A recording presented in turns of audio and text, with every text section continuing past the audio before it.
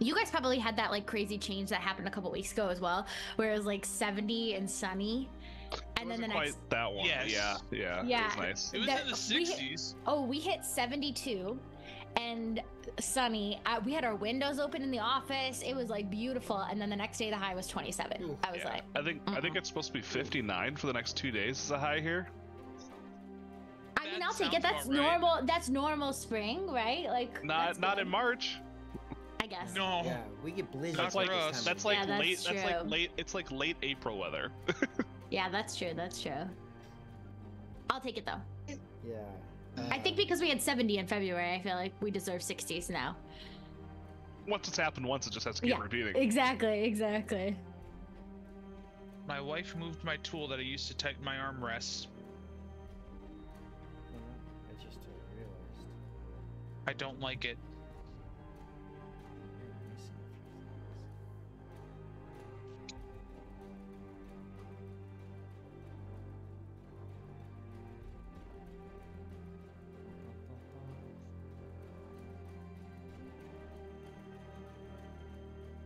Oh, we're live, by the way. Just so you Oh. guys know. Oh. We are? Yeah. Wow, look at that. Yeah. Oh. I guess we are. I didn't even notice. Oops. Hi, everybody. Amanda. Hey, JDW629. Hello. Hopefully everybody realizes that we are like it's daylight savings. You know, I don't think as much of. I think it's more of an Yeah. annoyance now than anything because our phones. Yeah. Most people That's just true, use you're their cell right, you're phones. right. Yeah. Except for there's a couple states that don't do it. So you got like Arizona and Hawaii. Yeah, Yup. they're That's true. increasing. I guess there's some other states that went away with it just recently too. Yeah, I was hoping we were gonna be one of them, but I- no. I thought Minnesota passed something like in like 4 years or something. We were going with it, but maybe not. Possibly, I'm not sure. You know Maybe, what? maybe it's one of those where Just accept it. Oh. Just accept it. oh, I should probably pull up my character sheet. It's helpful. Yeah, I know I have to do that too. Character sheets. I should probably email my D&D group and ask them what campaign they're going on, because I still haven't prepped anything for the next time I play D&D with them. Shame on me. Yeah, shame on you. Breaking the cardinal rule. You know, I just do all my work and then I get ahead, hopefully, like 4 sessions. You guys could literally derail everything, which is totally fine. What's that? You want us to derail everything? Yeah, But, like, that if you- sounded like that was your wish. Got it. I mean, the presumption is that you guys would fully go through the dungeon. I mean, that's just typically what happens, right? But you could just look for the exit. Like, you could. If you put shiny objects in front of this crew, they will not go through it without Yeah, looking. I will lay a trail of gold coins. Yeah, you've done that already. Well, good. Then I have done well. Metaphorical. Lost it.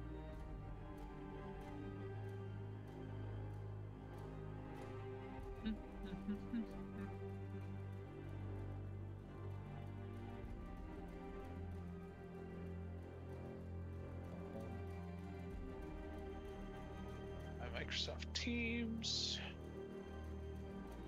It's there. Start time is 4:15. Pat draws, but I figured, you know what? Why not start it a little bit as far as just going live a little bit early? I mean, we'll still go live at 4:15, but Started it Yeah. early and Yeah. didn't warn us. like, yeah, Where's my? you always okay. gotta stay on your toes. Yeah, clearly. Went and saw Trust Dune issues. 2 today. Oh, how was it? Quite good. What did you do? Dune Went and 2. saw Oh, Dune 2. Mm. Was it? Is there more that happens than the first one? Yes, it's Yeah. much more action packed. The first one's a lot of setup. The second, this one has a lot more. First one wasn't my favorite movie. That might be an unpopular opinion, but I wasn't a huge fan of the first one either. Me but neither. This one was a lot better. okay, good. I've I'm gonna be saw honest, the I went in- trailer for either. this. I went into the first one thinking it was a singular movie, so that didn't help. I was like, how have they not wrapped up any of these plot points? We've already been watching for 2 hours, and then it was like, oh wait, This is just one. Oh, I see. Okay. I've never watched Dune. I think it's gonna be 3 total. Okay. You know, they should have just made you a know what? 5-hour Yeah, longer. What's up, Sky? I really No. wish they would have finished Ender's Game and done the other books. Because that was a good book series. It would have made a good movie series. Oh, Is they that did the the move. one- They did the one Is that movie. the one with They the... did. The movie wasn't that good though. I didn't mind it, but I also tend to like the grade C and grade B sci-fi flicks. Mm. But again, I'm the person, I love Monty Python, hated Napoleon Dynamite, even though they're the same type of humor. I don't know that there's as much a market for that like style of sci-fi nowadays though, because we have such high production value that we're used to even within like TV shows, you know? Mm-hmm. I'm all about the sci-fi. Yeah. Not all about the sci-fi, but I like Just recently started watching Resident Alien on Netflix. That's been I saw some clips. Is that Alan Tudyk in it, right? yeah. Yeah. Is it good? Yeah, it's interesting, at least so far, for how far I've gone. I A few like... episodes. I don't really like sci-fi shows. I like the movies though. Like Ender's Game. When I watched it, that was when we were still living with grandma though, so it was 5 years ago. Mm. Yeah. But then like for TV shows, I like to watch like Suits and Oh, Suits is great. That's a different vibe for sure. Yeah. It's a good show though. Yeah. all right. I need to get back into watching Star Trek Picard and Discovery. I need to watch Red Dwarf. It seems like my type of vibe.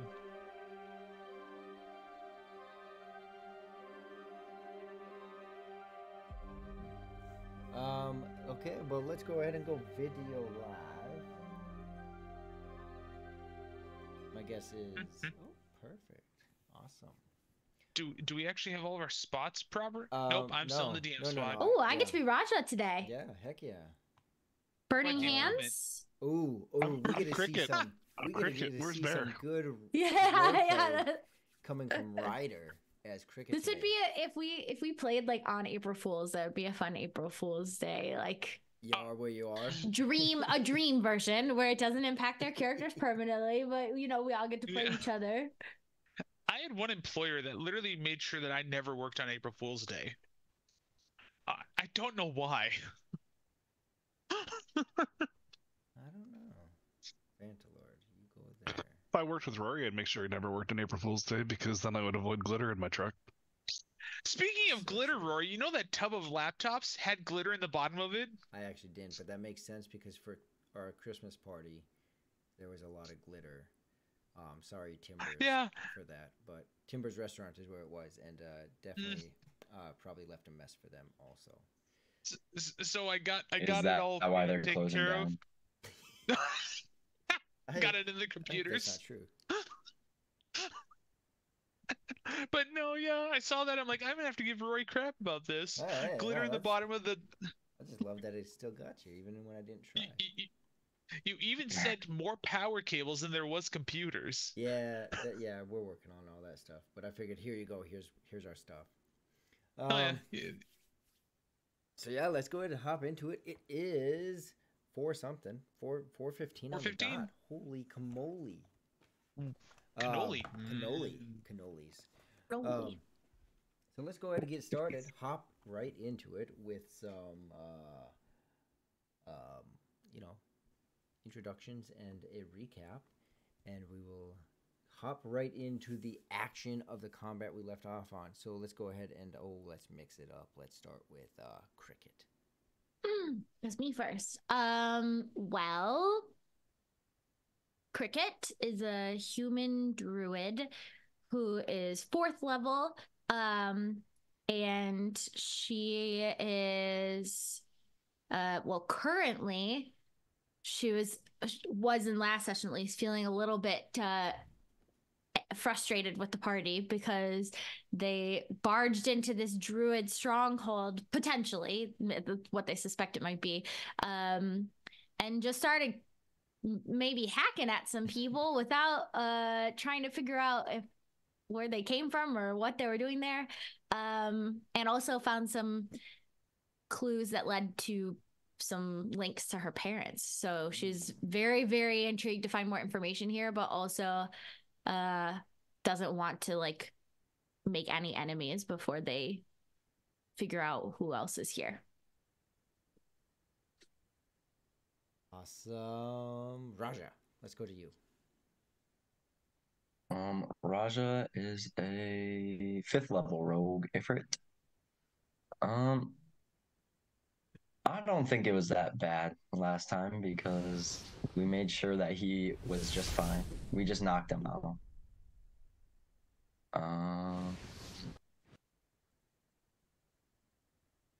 Was excited to go through the dungeon, and then I found out that, or then Raja found out that everybody there was just experimented on people. So that made him a little upset. But yeah, I mean, overall, it's just kind of gotta do what you gotta do to get out, because our lives are ahead of theirs, in my mind. Some brutal truth. The reflections and insights of Raja. Rihu, let's go to you. Yeah, Rihu, level 5 human monk.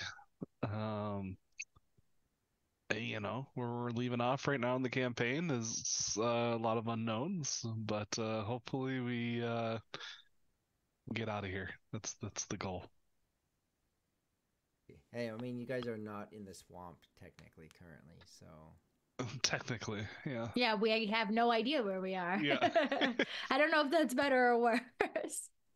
We went from knowing we were in a swamp and not quite knowing where in the swamp to literally having no idea where we are.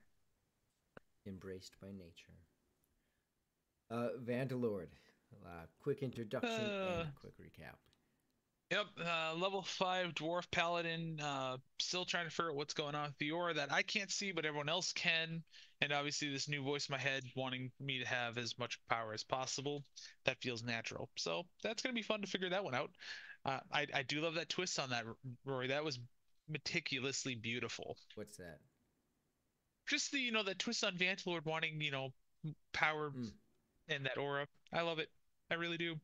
All right, so we started last session in a locked room with Cricket examining a stone statue that reached out to her, and everyone else that was in the room could see the stone statue reaching out. I slid a note under the door to tell Raja where we're going. Obviously, the NPC that he was with did not understand why. All of us decided to link arms, and Cricket grabbed the statue, and we were taken somewhere. No idea where, just somewhere. Raja was locked outside the statue with Daniel and was confronted by what appeared to be an elemental golem. He beat it by using fire on the shield, which opened the doors to where we were, but we had already vanished.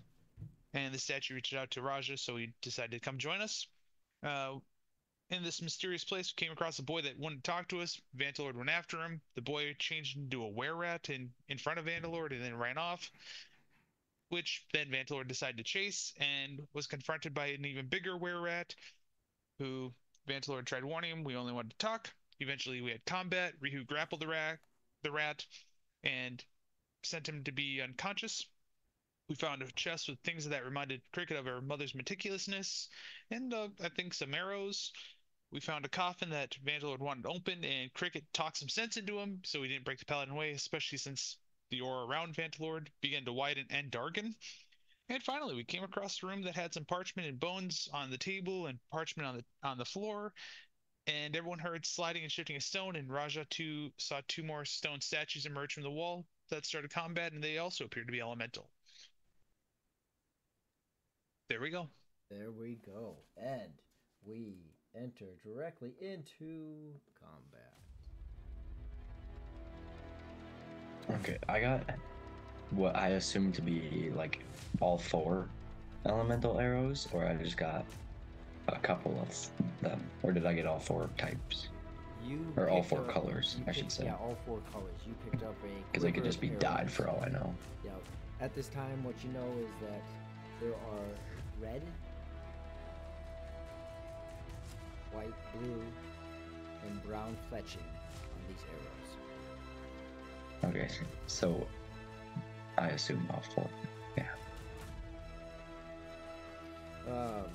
As we kick it off into combat, let's go ahead and start with the initiative. So which one of you wants to roll against my extremely high, consistently high rolling? I don't know. It's been better recently, but I'll go against it if you want. All right. Yeah. Just a 6, right? A D6, yeah. Yep. Oh, you win. I rolled a 1. Oh, you had a chance. It is a Sorry, team. crit. So, with that, the stone creatures, the stone statues in front of you will begin to shift and move. Again, each one of them picking up this large shield in front of them, slamming it down in front of them, and beginning to walk.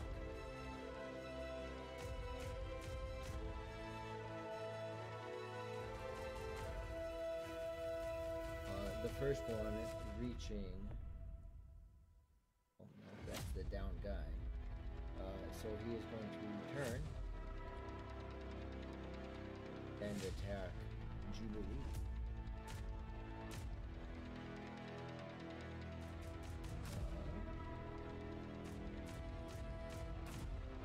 He's going to strike out at her.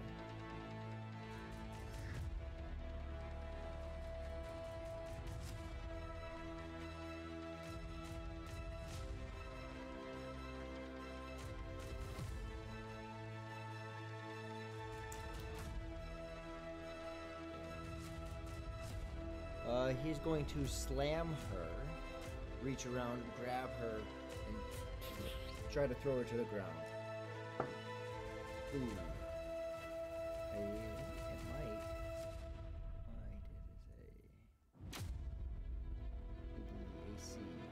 Jubilee AC of 12 for Jubilee. Stone Golem walks up the stairs. Slam, I forgot he had a shield in his hand, so he'll just take the shield and just basically backhand her with the shield. Just slam her into the table right there in front of her. As she collides with the table, she will take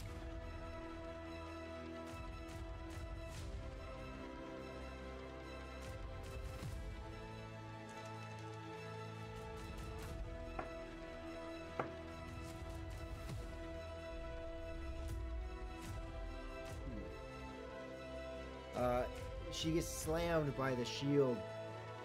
Cricket, you see her almost bend backwards over this table as her head slams against the table, and you can tell that it rocked her hard as she's still semi-dazed, still conscious, but you can tell she took a pretty devastating blow just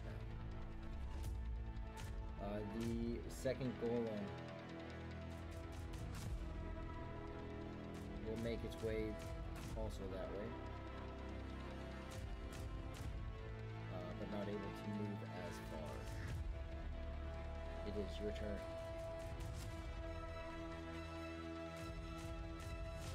Should I just go first to try out the arrows? If I recall, Did I? Yeah, I think I read. I don't remember if I said this out loud to you guys last time or not, but Cricket saw on their chests or their shields. So I guess if I can call out to them, or if I might have already done this at the end of last session, but it looks like those symbols on their chests are for water and air. So if you have anything that could do that, I think that might be what we need. Which one is closest? So I guess that'd be the one that hit Jubilee.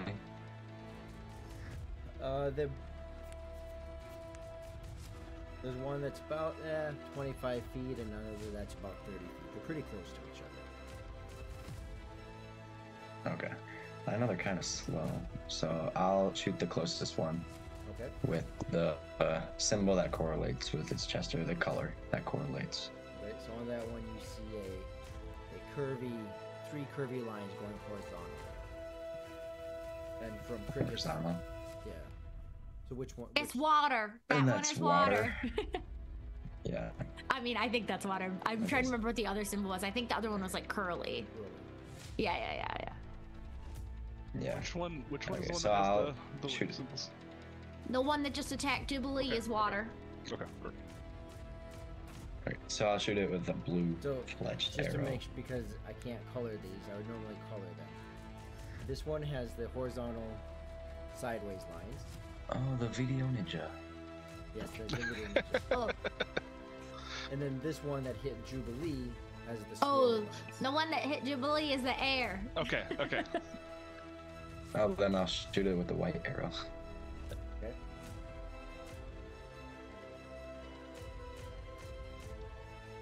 Is that disadvantage on there? Because it's a short bow. No, Why you can I can not do sh- this? You can shoot. The range on it's what, 30 to like 80, isn't it? 80 to 320. I don't know. I'm not gonna give you disadvantage for that. It's just if you're trying to attack melee with a ranged weapon, I think. Or if it's outside of your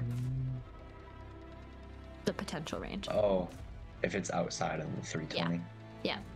Okay. Oh So my have you- goodness, when did I get these stats? That's wild. I got a 7. 13. 13 to hit.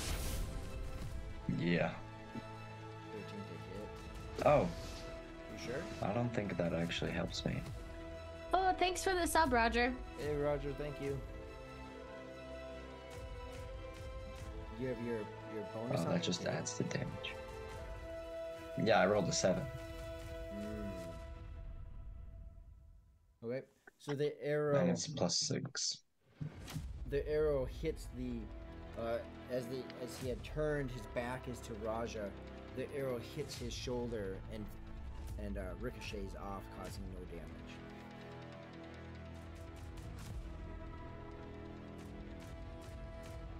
What say the rest of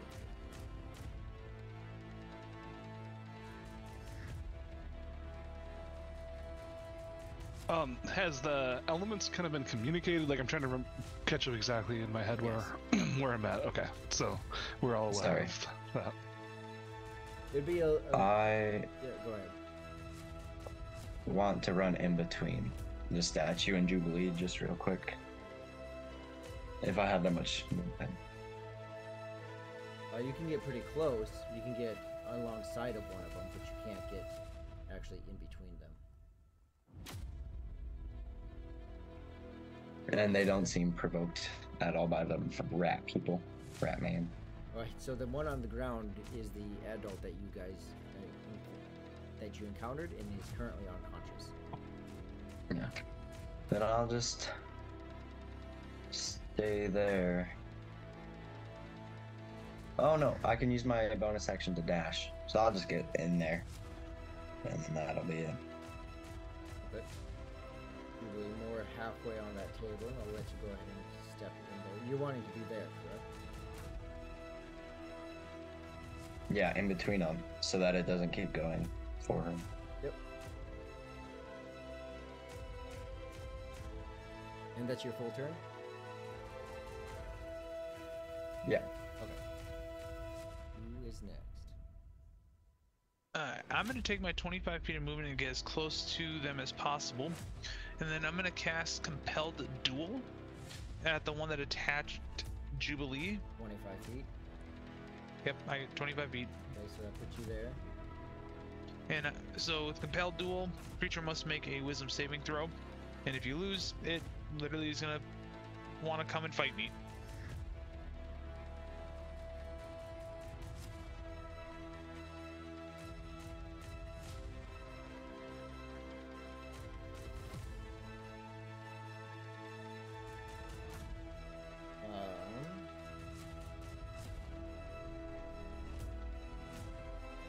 So, quickly go ahead and just roll. It's not going to be hard. Roll an intelligence check.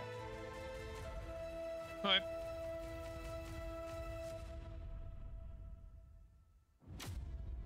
$15. 15. So you would know that this is a construct versus a creature. Does it have to be a creature specifically?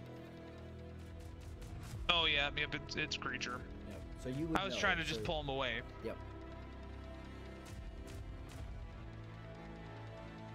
But I've got it's fire and but you know what?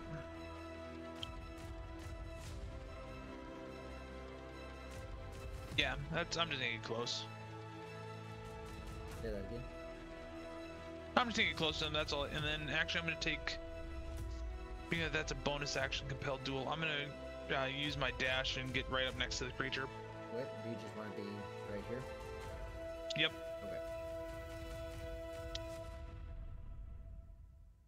Cricket and Rihu. I'll come back into the room. Seeing Vanillord go back that way. 'Cause I'm kind of off to the side there a little bit. Yep. I'm guessing my movement is enough to get to the just to the edge there. Yep. That's 20 feet to get there. Okay, I have 30 feet of And movement. then it does begin to get very congested between the companions and the furniture. Those are there's a- stairs right there, though, right? There's a stair Yeah. right case right here. Yeah. Is it open just like it is in here? Correct. Yep. There's no railing or anything there. What's safe? I would like to just kind of like jump off the top there with a unarmed strike for a stunning fist to stun the golem. All right. Absolutely. Go for it. Some parkour. Yep. Kind of plays into my strengths. Huh? What do you want me to roll on this?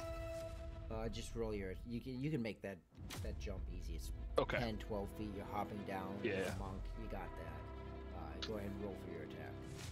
Yeah, I got 20 dexterity, so I hope I can make that. Yeah. All right. Ooh. Second, just refreshing.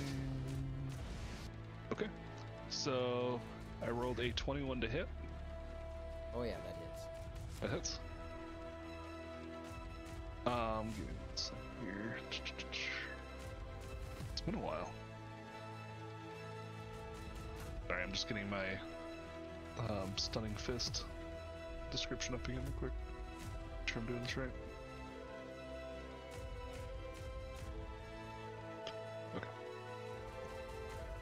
So it's just my base attack with a bonus. So it's gonna be D8. Sorry, No worries. taking too much time. Okay, I rolled a 3 with a +2, so a 5 damage. And then he would also be then stunned for the next turn. 5 and stun. All right.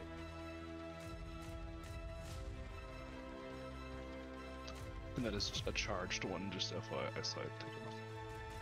Okay. I only have so many charges I can use per day. Perfect. Are these things considered humanoid? Constructs. Construct. Yeah. So that's not humanoid? Correct. Dang it. So we must construct a good joke. You ruined my whole plan, Rory. Oh, Rory, I am sorry, you have to make a saving throw. My Oh. apologies, I was reading Okay. further. Oh. So we gotta make a fortitude saving throw. Ooh, I'm sorry. Pretty sure my roll is good enough, but what kind of saving throw? So it's just says make a fortitude saving throw. Fortitude? Yep. Probably con then, so that would give me a dirty 20. Dirty 20? Okay, you Is would that pass. So you are not stunned then. Alright. Stun removed. Is there any way for me to get to Jubilee? It's not too hard for you. I mean, you can I shove your way just can't past see. this chair. Oh, and yeah, then- okay, yeah, or I could climb on the table or something. Yeah. Yeah, I'm gonna go over to Jubilee then, since you said she's looking pretty hurt from that, and I saw her get whacked right next to me, and I'm just gonna go ahead and cast Cure Wounds on her. Okay. Ooh, okay, good. That is 10 points of healing. You see some vigor come back into her as she straightens up. You hear a loud crack in her back as it seems to go back into place. And a little bit of that. It's just like a good trip to the chiropractor. Yep. Well. Anything else? I'll see if Bear can like sneak between maybe people's feet and get at the top of the stairs and try and attack that one that is stunned. Okay. For the time being, he will be Bear. Okay. And that's where you're wanting Bear, right? To attack the one that Rihu is attacking. Oh, down. If Bear attacks him, it doesn't stop his stun, right? He's not stunned, so he was able. Oh, he's not stunned. He passed the saving throw. So Oh, he's okay. good. Just kidding. Well, he's gonna try and attack him anyways. Okay. So that will be Bear. Mm-hmm. And he has advantage. Oh, it's a nat 20. All right. Okay. What does Bear's teeth do to the stone golem? Well, let's see. Do I have to confirm for Bear? Yeah. Let's go. I don't know how that works for him, but that come probably downstairs. doesn't hit. What That's a 14. Bear lunges and he goes to bite, and the slowness of this stone golem, Bear hits just barely, but he does manage to land that critical. Oh, he does get the crit? Ooh, okay. How do I roll a crit? I don't know that I've ever critted before, because I don't go usually like attack. Oh, actually, I have these fun little doodads over here.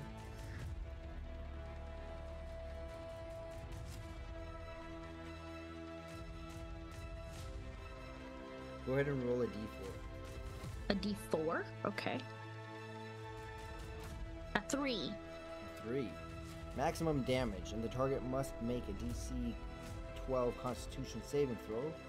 On a failed save, the target is pushed back 5 feet. Oh! Alright. So, con save, Well, his max damage is 10. 10. So okay, so 10 damage to this elemental here, or to this stone golem. Mm-hmm. He is pushed back 5 feet, especially on these stairs. Yeah, knock him off the stairs, Bear! Get him! And not being, not being as dexterous as you guys, there is a slight stumble in his step. Rihu, make a dexterity save. As the stone golem starts to move backwards, and you are directly behind it. Knock him off the step, Rihu! Sorry, what? Make a dex save. Yep, you got it. 15. 15. You are able to step off to the side as the golem is pushed back and stops at the bottom of the steps.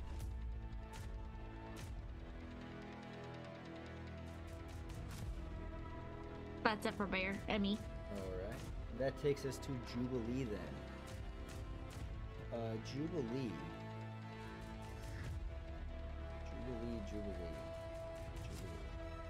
Will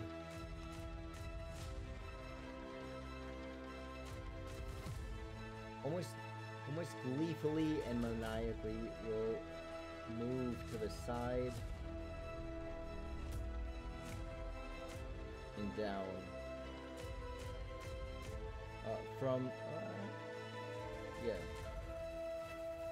seeing that golem that was just pushed back by Bear, she will ready her hands as she casts Eldridge Blast. Her hands move and she starts to chant the incantation as she casts Eldridge Blast, which is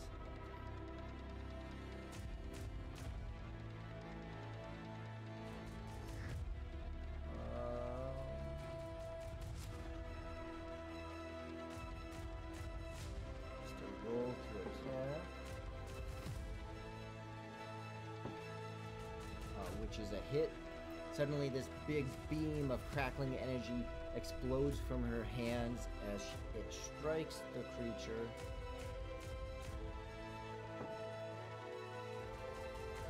With this wave of energy, you see it just roll over the body, Rihu down its body. The creature, seemingly unaffected, being it's a stone, but clearly chips have started to occur in its structure as she caused damage to it. That takes us back to initiative. Just rolling this time. Rihu lost. I'll roll. Alright. 3. 4. Rude. Very rude. Very. Oh man. The first one up here.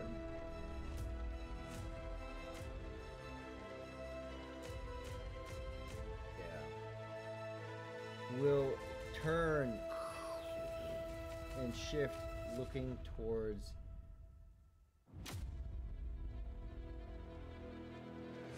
Vantalord. You see his shield as it hits the ground, and he uses it and he slams it against you, Vantalord, or he tries to. Oh, he tries to.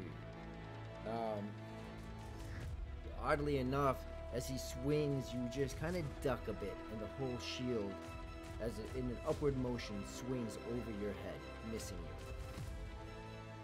As his shield's up, can I take my sword and lunge it into his chest? Very possibly on your next turn, you could. On your turn, you can. Alright. Yeah, but yes. The other one, not really drawing a distinction between each of you, although it is an animal.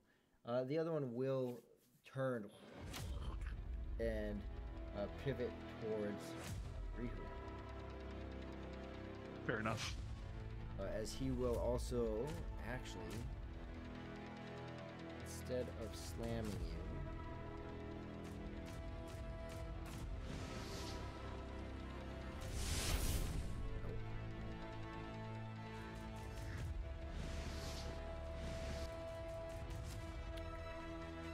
he will take his hand opposite of the shield and just bring it down in a strike down on top of you. Thanks for the subs. We just got 2 subs. Yeah. Renrap and Brungal.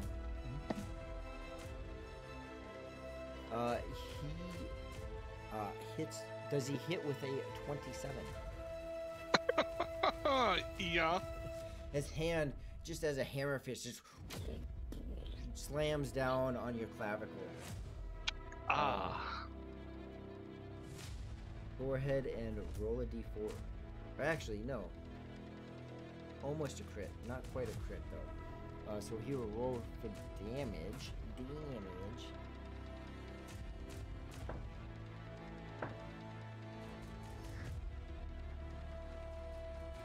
Fist comes out. You hear your shoulder have a crack to it as he causes 25 points of damage.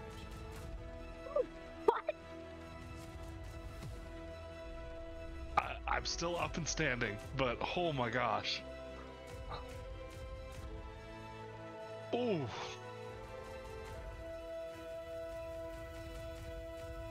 Wow. And that is their turns. Raja, did your arrow work stronger? It didn't hit. It I didn't missed. hit. I want to Pick it up and stab it with the arrow.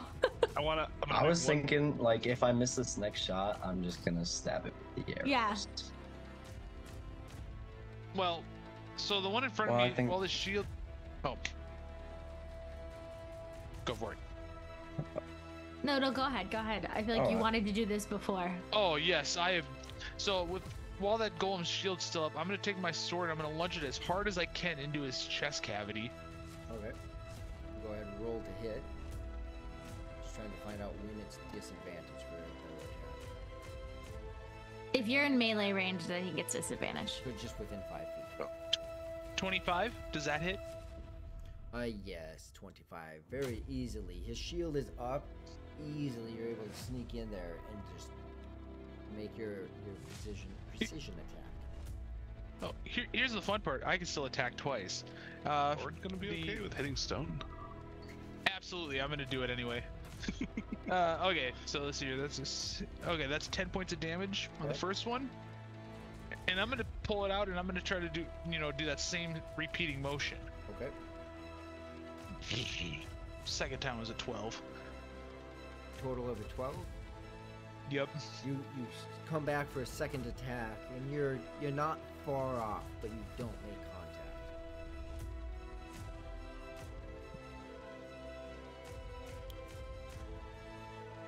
All right, I just got slammed in the shoulder. Which shoulder, by the way? I think that may impact my decision. Do you know? Would have been your left shoulder. My left shoulder. Okay. I'm going to just try and quickly think on my feet, and just because I'm right in front of him, right? Because he just hit me. Yeah. Yep. Yeah. I'm just gonna pull out actually like my water from like a canteen, and like throw it on him as my action. If that makes any sense. Just to Okay. like try, because I don't think like me punching him at this point is gonna do anything. All right.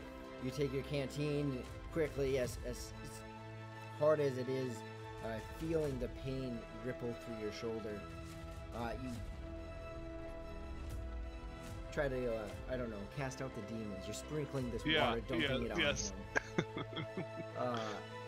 As you do, and the water hits the shield and the golem, you see there's waves, like almost like a glowing energy that starts to flow through that symbol.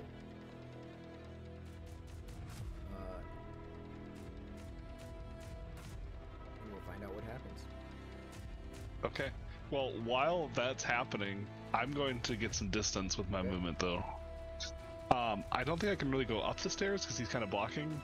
I would imagine. I mean, there's no railing here either. Yeah. So you could jump your way up there fairly easily. Yeah. There's another one right there, though, and I'm hurting. I'm just gonna go. Well, yes, thank you. I'm gonna go back from the way we came in there, Mhm. and just try to get around the corner if I can. I don't know how far the distance is. 20, 25, 30. Yeah, right there. Yep, that's perfect. And do you have disengage? Like as a bonus action? Or are you going to incur attack of an opportunity? Well, I'm hoping the water is going to save me here, but I will incur the attack of opportunity because I cannot fight in my current state. Alright. So the ripples start to glow in those wave lines. As they do, he brings up his shield, and it doesn't stop him. But as the fist is coming down, clearly it's almost like things slow down. As you're moving, when so much is happening, and in that moment of high intensity, everything just seems to slow down for us. So Rihu is able to get out of that area without being hit. But the golem still makes his full swing, just slightly slower than he normally would have. Okay. Clearly having some sort of effect.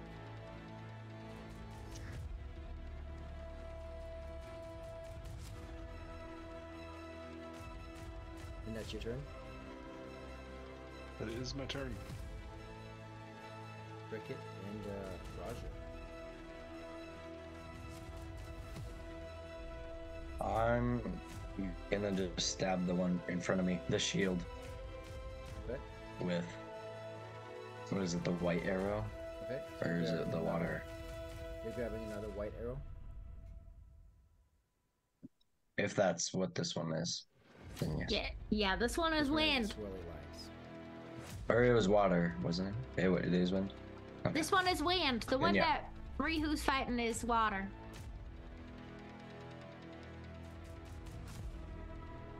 What? Then I'll just. I think. Oh, I don't know.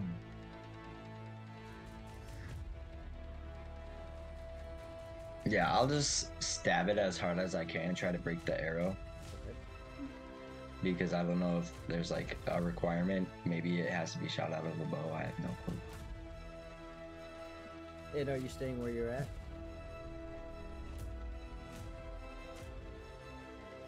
Well, the shield is in front of me, so yeah. Okay. So you're not okay. So go ahead and roll to hit, and you don't have advantage if they're just adjacent, correct? Alright. I don't think you have that with your rogue type. You don't need advantage on the attack roll if you're another enemy of the target is within 5 feet of it. Oh, there you go. Perfect. So I do actually. Roll to hit then. So that's a +4, so 12 for the first one. 23. Okay.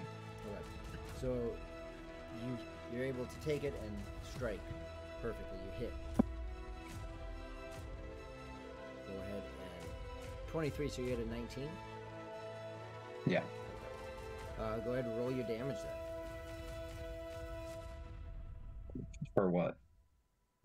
That was your roll to hit, right? Oh, Yeah, since and I you're stabbed it with an essentially arrow. using it like a dagger. You're not getting the momentum of the bow behind it. Go ahead and roll as if you're roll your dagger damage.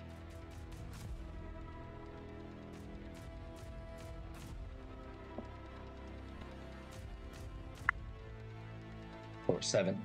7. And then sneak attack Okay. is down.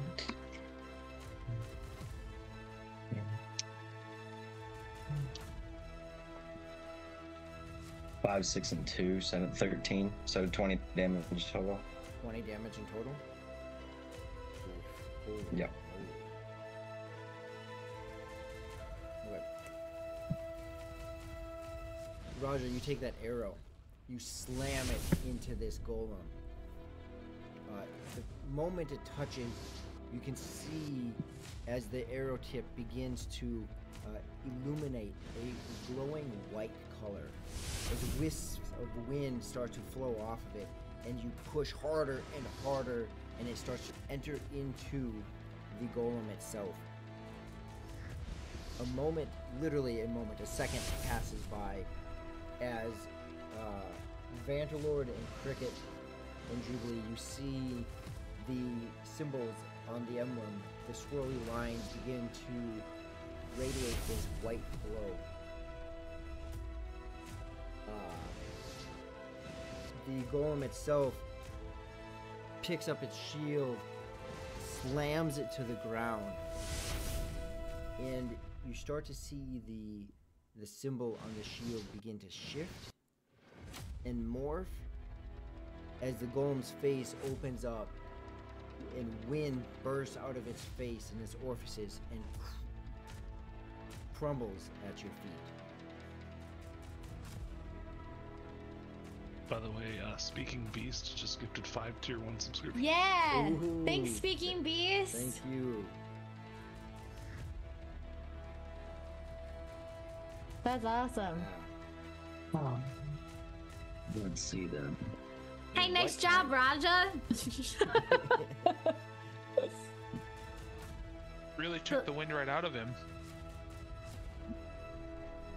Start thinking of your water ones now. Wind out of his sails, right? They're all washed Then out. I'll run to the top of the stairs. Okay.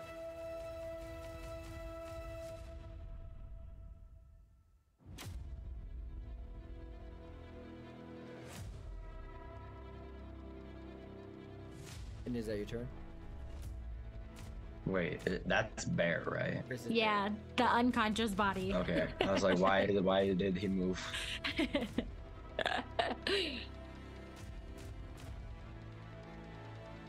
Is that the end of yours, Raja? Yeah. Okay.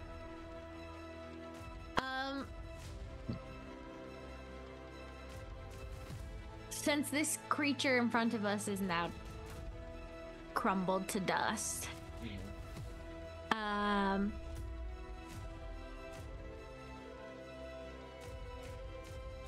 can't make it all the way over to where Rihu is to help, really.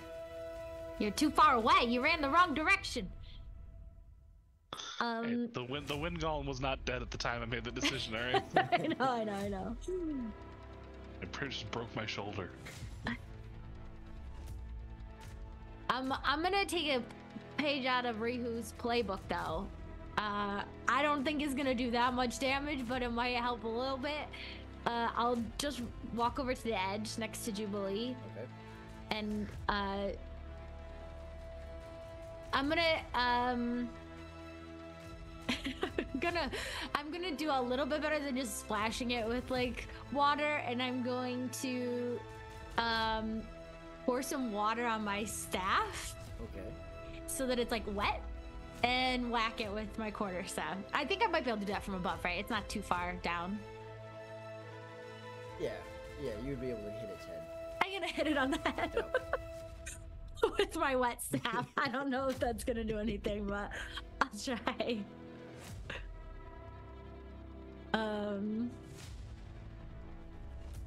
Oh, it's a crit! Wow, I rolled 2 20s today. This is a great dice. Man. Do I need to confirm that though? Sure, yeah, let's confirm that. Confirm my wet staff attack? Okay.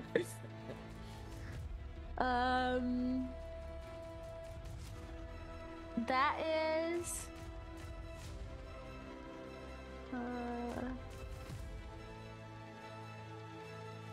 a 19. 19, it's like, if it had been invented, it is like golfing. Its head is there, your club is there. Yeah. Okay. Oh, so, roll a d4. Oh, roll a d4. 3.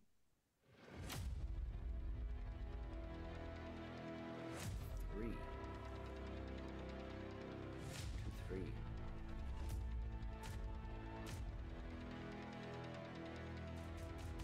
Okay. Fitting, as although there are no brain tissues inside of stone, double damage. So roll as if you're hitting with your quarterstaff. Right? Okay. Double damage. I rolled a 1 on my dice. Okay, well, it's 5. Okay. Target must make a DC 12 Constitution saving throw. So let's go ahead and do that. Ooh, con. Let's see. I might have actually passed that. I did. I got a 14 on the con saving throw. On a failed save, the target has disadvantage on the saving throws until next turn. So that does not apply. Well, but you did cause 5 points of damage. that was 5 was 1. Do I double just what's on the die, Yeah, or double the die like? and add the modifier. Okay, then 6. 6. Alright. Because 1 plus 1 is just 2. You hit it on the head. It is a wet staff. I don't know if that matters. You wouldn't so much see this Rihu from your angle. You do see it's not very strong, but you do see a little bit of this blue radiant energy that goes through those lines. I'm gonna yell out really quick. I think we need more water. I believe that is all of you then, right? It's Jubilee. Jubilee. Yeah. Okay. Jubilee. Miss Jubilee, what do you have in your inventory? Oh, she does have stuff in her inventory.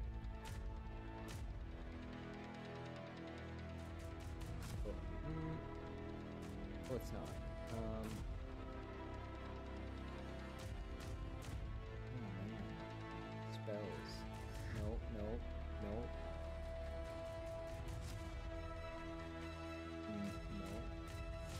Jubilee is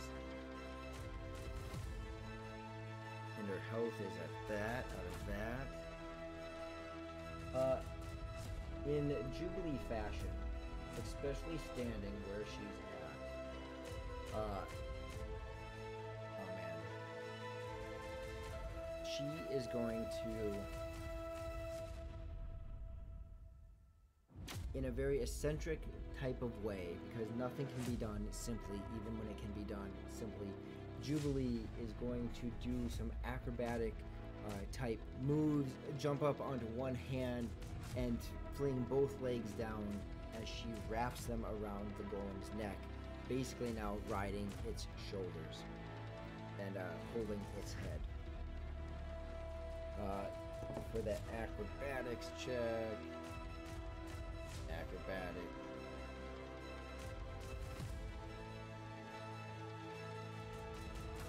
She swings down, especially, I mean, the head is almost level with the top of that floor. She swings down, wraps her feet around, and grabs the head and, I got it! And just screams out in her maniacal voice and laugh, knowing all the chaos that she is creating. Roll for initiative now. Will you guys get another turn, or the golem take its time? Okay. 4. I got a 4, a tie. Roll again. 6. Oh, I got a 4. You guys go. Double turn. I look at Cricket, I'm like, you want to pour some water on my sword? Yeah, I'll just take the rest of whatever water, if I have remaining water in my canteen, I'll pour some on his sword too. Okay. And I'm going to step right behind the golem, and I'm gonna pretty much, being that I'm right above it, I'm actually taking my sword downward pressure in between, like, you know where his shoulder blades are. You're close to it. Yeah, but that's where I'm gonna attack, is like that spine area going down, you know, Okay. where what we would consider a spine. Okay. Jubilee's still on top of him though. Oh, that's right. Yeah. Jubilee is. Yeah, Jubilee's body is right there. Like you would have to slash her in half to get to the spine. Because she is like riding its shoulders. Fine then, I'm gonna jump down next to him. Onto the staircase? Yep. Okay. Not a horribly big jump, probably 5 feet or so. And So you my height. You definitely Or hear more. and feel the stone start to shake under the weight of this dwarf. Hey, Not like that was cracking, horrible. just like That was horribly big for Vantalord though, let's be honest. it's pretty big. Yeah, say, you know, I'm 3'9". Yeah, that's like almost double your height. That's pretty good. Oh, come on, it's a foot more than me. Plus the Okay. weight of your armor. I mean, that's pretty Right. crushing. You know, your feet Oh, are yeah. probably broken now. Hmm, So if go- nothing else, okay. And I'm gonna Go I'm gonna ahead. take a swing at this you know, this golem as hard as I can. Yep. Okay, that's a 15. Don't do me dirty, man.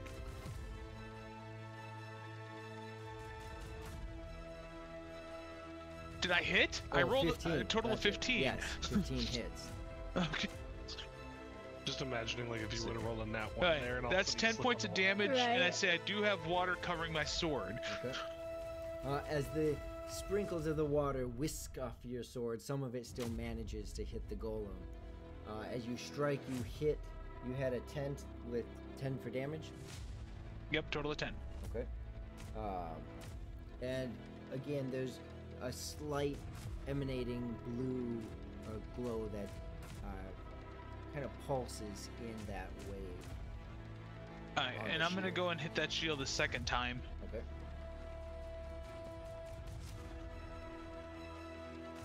What's 9 plus 7? 16? That 16 dice is going to hits. jail.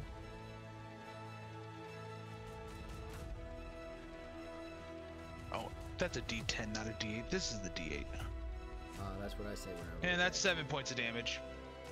7 points of damage.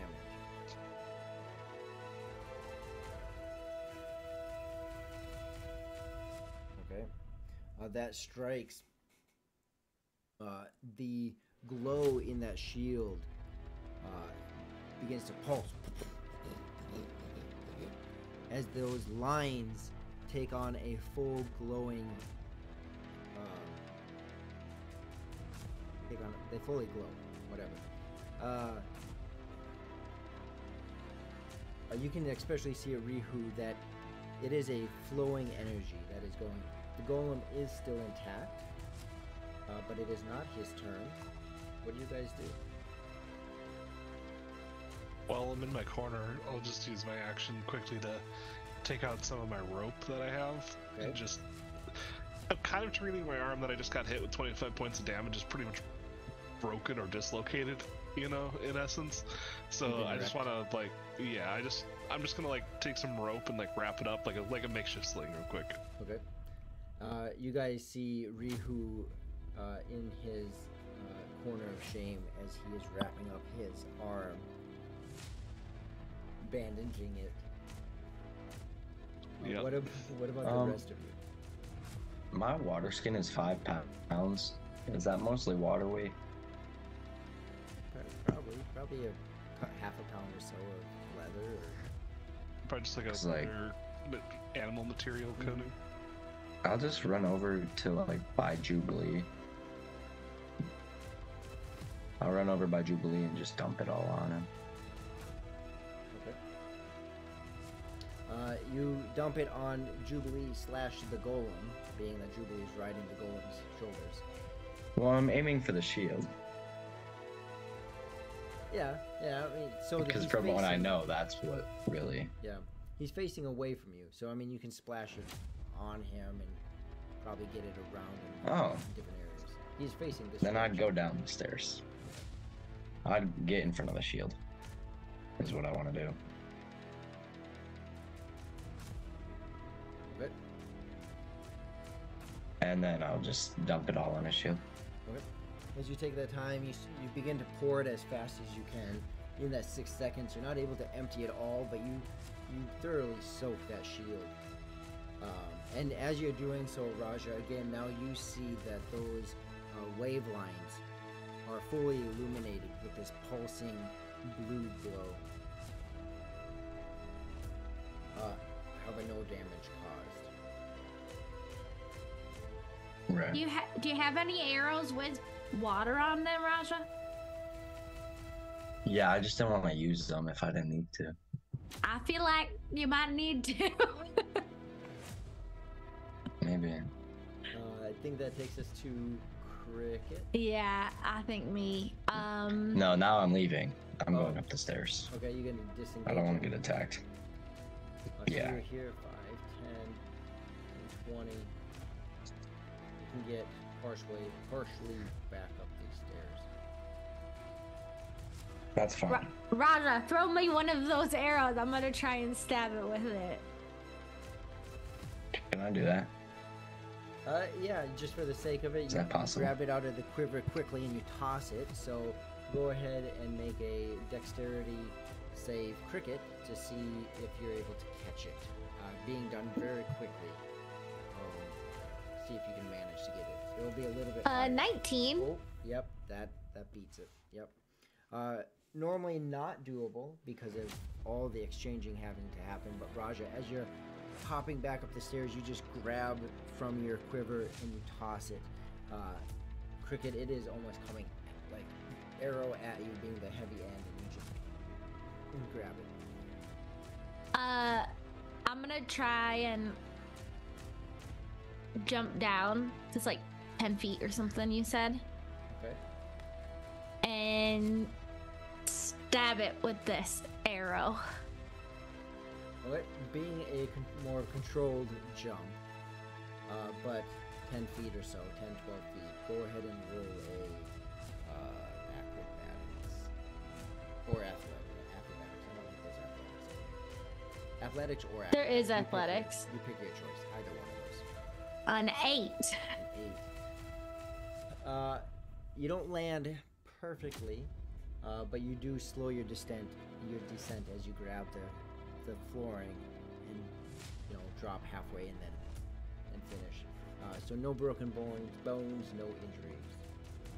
You're standing right next to it. Yeah, I'm standing next to it. I'm gonna take it and shove it into the shield because it sounds like Raja was saying that was important.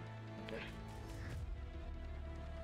So you take it, you jam it into the shield. Go ahead and roll to hit. I don't know if this is gonna be good or not. Ugh. I don't have like a dagger, so I don't know what that is, but It's a probably D4 plus strength. plus strength, plus my proficiency. I think that's a 12. 12 to hit. Yeah. So in all of this happening simultaneously, you hop down as Raj is going up. You hop down. His shield already raised and slammed. You go to swing, but being so unfamiliar with such a weapon, you actually swing short and you miss the shield. Darn it. You still have it in your hand, but you miss. Yeah, Yeah. you still have it. I still have it. And is that... No, Jubilee has to go now, right? Mm-hmm. She is at a loss as she screams out to everyone to stop trying to give it a bath and polish it and just destroy the thing. As she doesn't do anything. The golem. Does she have no water spells that we know of? Like she hasn't cast anything watery. And I'm looking at her character sheet. Okay. I didn't know we were gonna need water, guys, or I would have prepared and prayed about different things last night. So she just screams out for you guys to kill this thing that she's clearly got it fully under control, controlling it by its head, but she would like you guys to destroy it. Control, quote unquote. Yeah. So the golem itself. You see Jubilee riding its head. Vantalord right there. Cricket right beside it. From when the symbol of water began to fully illuminate, the shield crashing down on the ground. As it's morphing and twisting and changing, that shield, the emblem, the glow begins to fade as it shifts into lines that are now curving up.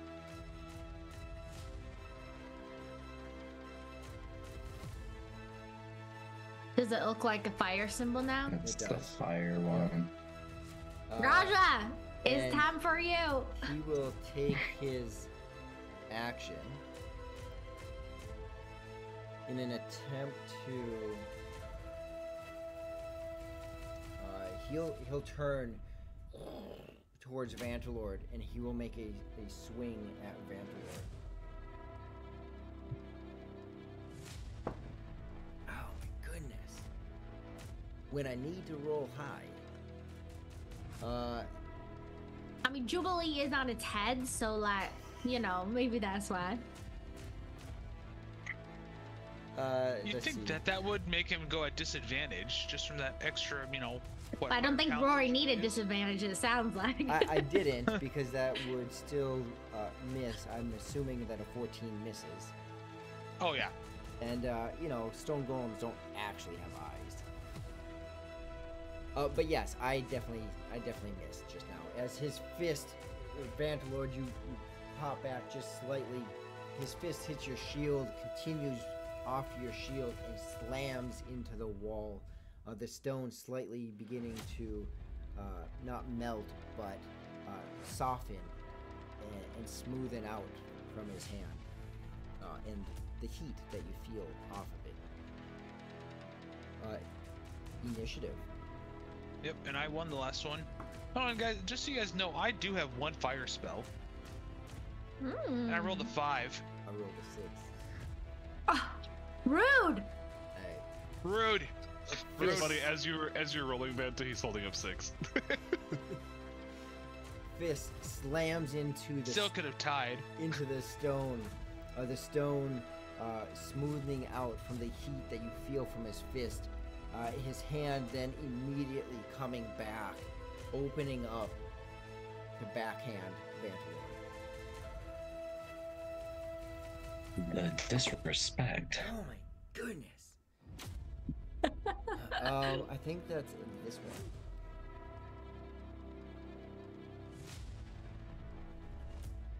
Yes, Vantalord, because this was done to you. I got a natural 1. Roll, so that's a critical fail. Yes. And I'll confirm it, but maybe I need to roll it this more often. Okay. You know what? Yeah, or whatever. We'll go with it. So I got an 18 plus my bonus to hit. So I did not critically fail. But I'm fine with overruling that. Not because I want to. I'm not trying to fudge anything. But I like that criticals happen. So we'll call it a critical fail, even though the confirmation it was just a critical fail. So roll a d4. I go back and forth about if I like the confirmation or not, because it's hard enough to get that to begin with. It's a 4. 5% chance for one of them. Yeah.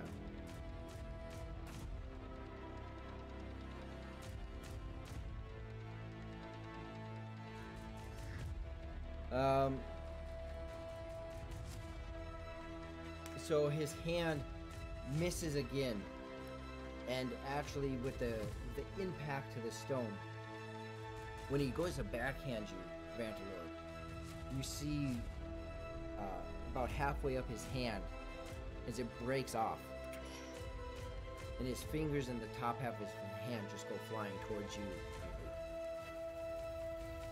It doesn't hit you, you just see them tink, tink, tink, tink, tink, land by your feet. Kind of old memories coming to you. I was just waiting for like the 4 stone fingers just kill me. That would be great. You know, something like a 5-finger death punch, you know, something like that, right? Yeah, I'm gonna cast Searing Smite. Okay. So, and it's, you know, a d6 damage. You have to make a Constitution save if it's gonna cause damage on the next one. So, it's also a bonus action. So actually, I'm gonna do my my standard attack, and I'm gonna use this as a bonus action. Okay, go ahead. You have 2 attacks. Yep. 24. Yeah, that hits. And you have advantage, by the way. Yeah, I literally rolled the same both times. So. Okay. That's d8, so 6 plus 10. That's 6 plus 4 is 10. So there's 10 points of damage on the first swing. Okay. Let's see here, 19 plus 7, 26, which I know hits already. And that is 4 plus 4, 8 points of damage on that attack. And then I'm going to cast Searing Smite. Okay. This is the next time you hit a creature with a melee weapon attack during the spell's duration. Your weapon flames with white hot intensity and deal an extra 1d6 fire damage. Perfect. At the start of each turn until the spell ends. So, and you have to make a saving dexterity throw when that goes into play. So Next time. yeah. Okay. Perfect. So Vantalord wins. That leaves the other 4 of you. I'm coming out of my corner. Okay. Now that I'm all got my sling on my left arm, I'm coming in full speed with just the right arm. Oh, wait a second. That's initial damage. So it's 1d6 right on the initial, and then 1d6 additional at the next turn. Would you have to cast it before you attacked them? Am I reading that right? Never mind. We'll just go with that as is. Okay. Rehook. So yeah, I'm coming in. We're going for we saw the fingers. Yep. We know the shoulder's hurting. and we're flying in. All right.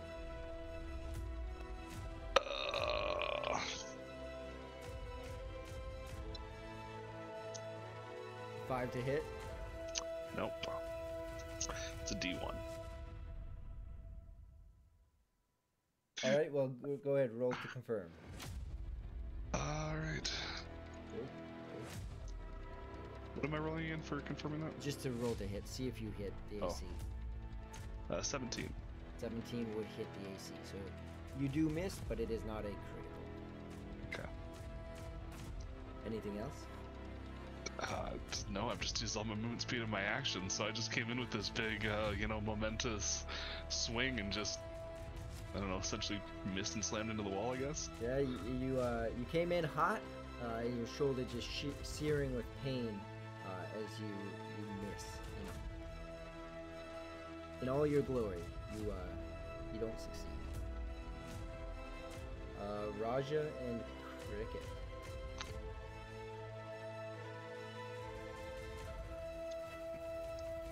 I think Raj is just gonna wait there because he saw Vantlord use his Searing Smite, and I don't want to waste mine because I don't know how many of these golems are there. And Okay. I've only got 3 chances, so I think Raj is just gonna stay. Okay. Unless I'm in the way. Am I in the way of Cricket right now? Nope, Cricket's down Or she's at at the the bottom. bottom. Okay. Bear is behind you, but he's just chilling right now. Yeah.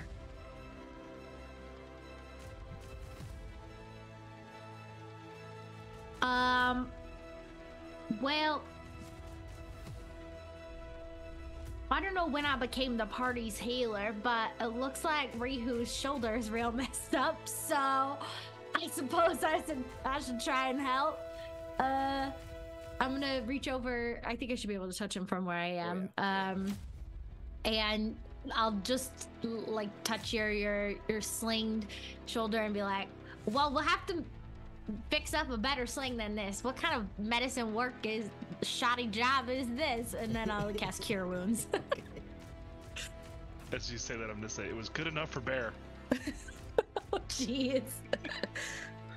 That is 10 points, hit points for you for that. Ooh, yes, much needed. Mm-hmm.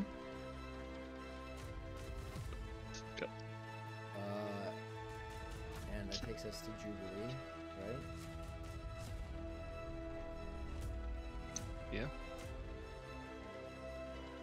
Or is Raja with? Raja held back, seeing what Vantlord was doing, and kind of preparing for future possibilities. You hear a witty and almost cynical remark from Jubilee. Basically, I don't have anything that can help you. I am clearly controlling this thing from going anywhere. Destroy this very quickly. And that will take us. You guys won the. I won the initiative. So that Yeah, takes we us roll to now. The top of the order takes us to initiative. Vantlord lost the last one, so that brings us to Raja or Cricket, right? Oh, I lost one already, Oh, so I think Raja. it's just Raja. Let's roll a Let's do d6. it. 4. 3. I got a 3. You guys go. Yeah! Vantlord, kill this thing. Wait, that means we have to wait the whole turn to see what happens to the golem. You guys, it's What? your turn right now. No, it's our turn. You won. Yeah, it's you our won? turn. Yeah, so We get to go I say now. You won I initiative. take my That means sword. we go. Yep. I'm taking my sword. It's got the initial 1d6 of fire damage Yep. on it, plus my sword's damage. Yep. And I'm gonna take that to attack it. All right. Okay. Dirty 20. All right. That definitely hits. Okay. So let's see. Let's roll the 1d6 at a 5. And then 3 plus 4 is another 7, so that's 12 points of total damage that's all fire. And then, being that I've got a second attack on there, you actually have to make a Constitution save to see if my second attack has fire damage on it too. Okay. Natural 20. Yeah, that does it. So, but he did take 12 points of fire damage. Okay. Go ahead with your second attack. Okay. 17. That guy's going to dice jail too. 17 to hit?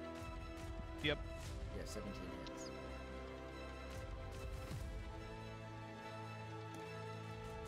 And that's 6 points of damage.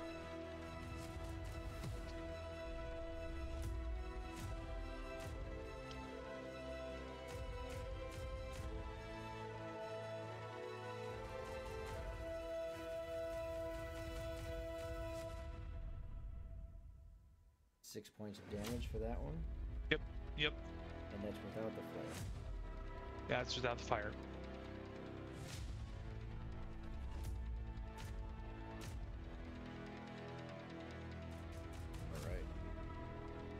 All right. The initial strike itself, as your sword hits, the sword, the blade glowing a vibrant red, as if you just pulled it out of the furnace, and it has the glow as if you're still crafting it, yet it still has the strength of a dwarven sword. As it hits with the heat, it cuts into the shield. The flame emblem fully illuminating in a pulsing red energy. The sword continues to cut through the symbol into the golem, continuing to cut through the golem, searing it in half. Like a hot knife through butter, you cut right through this entire golem. As the top half falls against the wall behind you, well then, and leaning on the legs, as the golem dies there in front of you.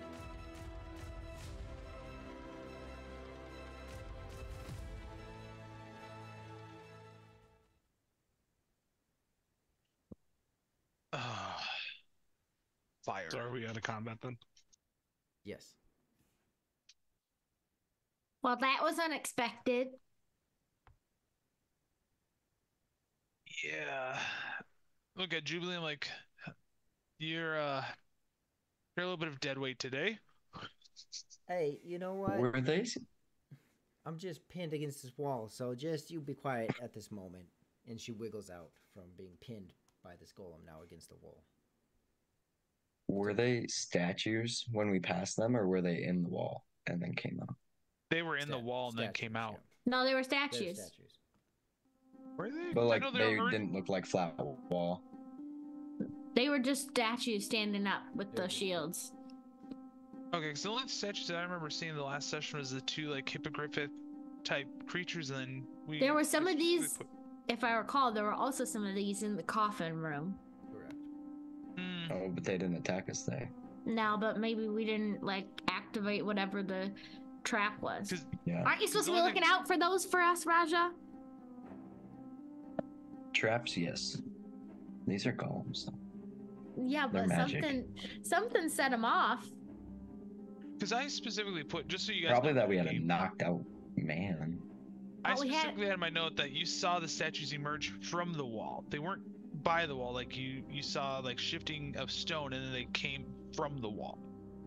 They came Just so you from know. the wall area. They're statues. So just like, for Mm. example, as some of you have stood here.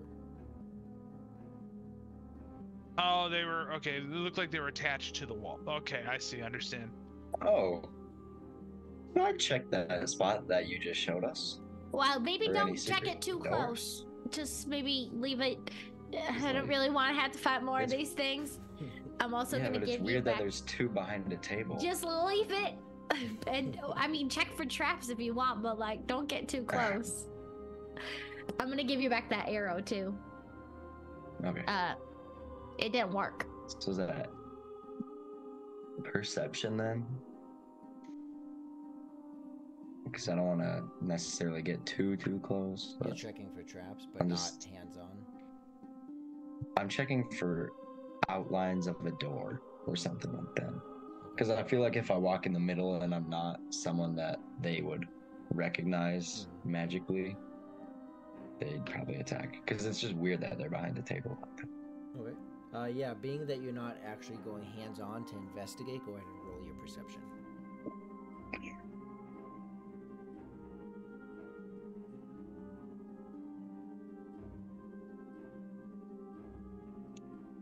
$19.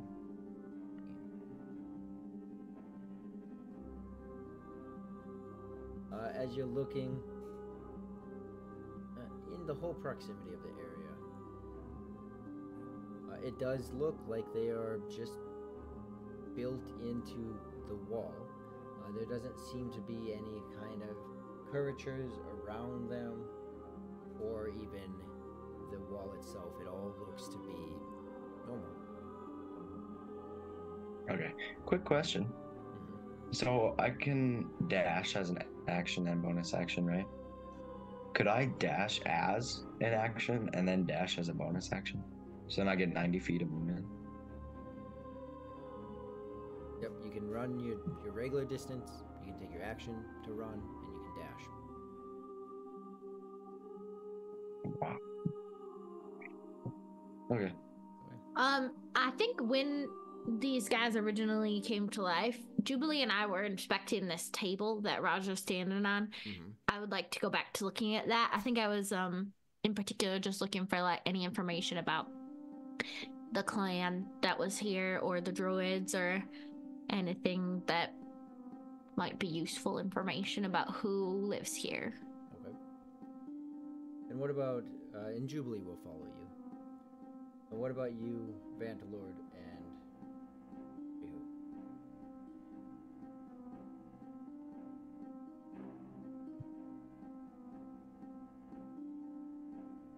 I'm just thinking here. I can hear you, Vantalord.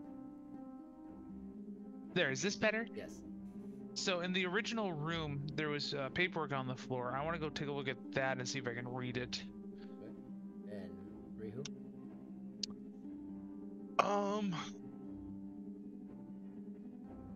I'm pretty hurt right now, so I'm just gonna kind of back up Raja and just kind of see what's going on over there while we're. You're backing up the most dangerous person's task.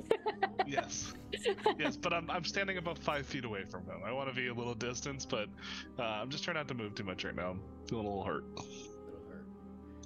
Jubilee can definitely empathize with the current state that you are in. As you still see, she's doing much better, but clearly there seems to be some residual bruising that is deep within that she is trying to recover from. Rory, by the way, Pat Draw said that they can barely hear you. Oh, yes. Thank you, Pat. I did not adjust my Zoom. Audio settings. Output. Input. Let me know, guys, if this is any better. Pat, if you could let us you know sound if better that's for better. us. Sounds better to us too, actually. There we go.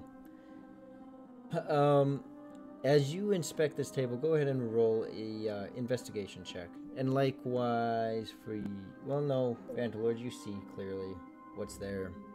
Those papers. It's easy for you to find that there's clearly stuff here. Investigation, not my strong suit. And this dice that rolled 2 crits needs to retire. I got a 2. Okay. So you clearly see that there are some books, some papers on here. That's not hard. It's knowing the importance of them, or as you flick through the pages, trying to just quickly find what is in here of substance. You do find one that has almost a history of the clan.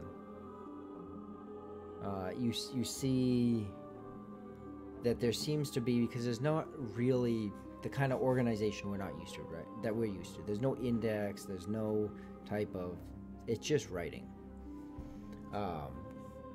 in reading it, you do see some spots that talk about the clan moving to this location. Originally not from this area, that this area actually used to be a burning forest. Parts of it would just chronically burn. And then as you keep skipping through, you see references to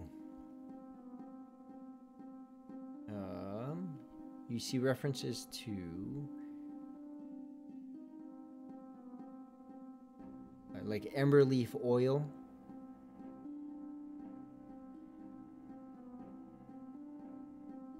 Do I know what that is?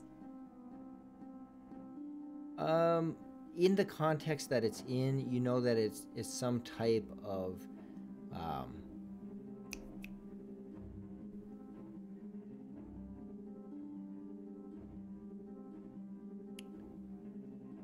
I don't have a word for it, but it's not like a spice or it's a plant. It's something that they derived from the plants. The actual An extract? Yeah. Yes, basically. So Emberleaf itself, you're semi-familiar with. It's not a foreign name, but one that every now and then you'd hear your mom talk about Emberleaf. It is an extract that she had, but before she could really teach you about it, she had already passed away. In continuing to read, there's also vague references about this area as it began to transform. Going from the burning forest, and that it would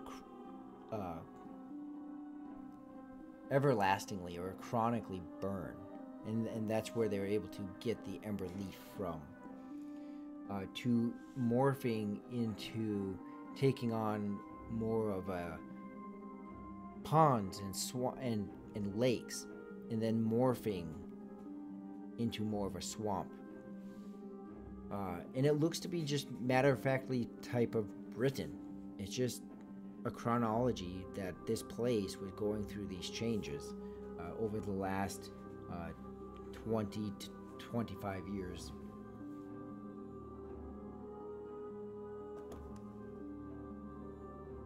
Remind me, how old is Cricket? Like 25. Yeah, okay. So over the last 20 years, 20 years, this place has been morphing into what you guys were experiencing it to be with the swamp. Well, there's a lot of words here, and it seems like, though, what I can gather from just quickly looking, that maybe we're in the same area where we were before, because this whole area around here seems to be a swamp. So I don't know that we've gone too far from the swamp we were in. So that's good. Also, there used to be a burning forest here. I don't know if anybody's ever heard of that before.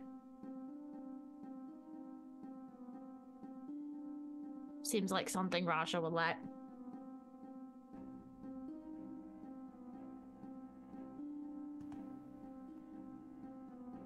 Did you guys find anything over there? Vantalord, over where you're at, as you're picking up the papers that fell on the ground, you notice that the room, like many other rooms, there are roots protruding through the stone. You see some bookshelves and some seemingly mundane books on there. Nothing that has a title or anything that's standing out. You do see a couple more coffins within the room. And on the papers,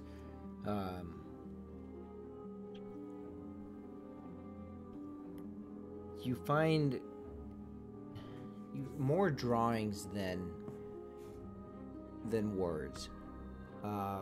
You see images of the human body, sketches really, and those sketches going from a regular human body and showing different transitions into a beast-like form. On another page, you see the same thing, but instead of a human, it's an animal. It looks like it was some kind of dog, and it goes through some metamorphosis. You see, some reptiles that, and you can, so it's just these different images of a creature, human or animal. You see one that happens to be a sheep, and the sheep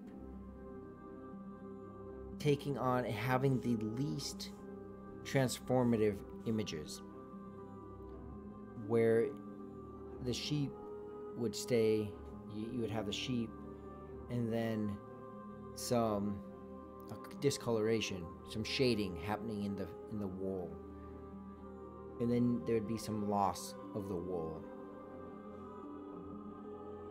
and then death, but not any major transformative issues with or happenings or drawing sketches of the sheep having the least of them. I'm gonna pick the paperwork up and put it in my bag, and then that book that I see on one of the coffins, I'm assuming that's a book. I'm gonna put that in my bag too. Okay.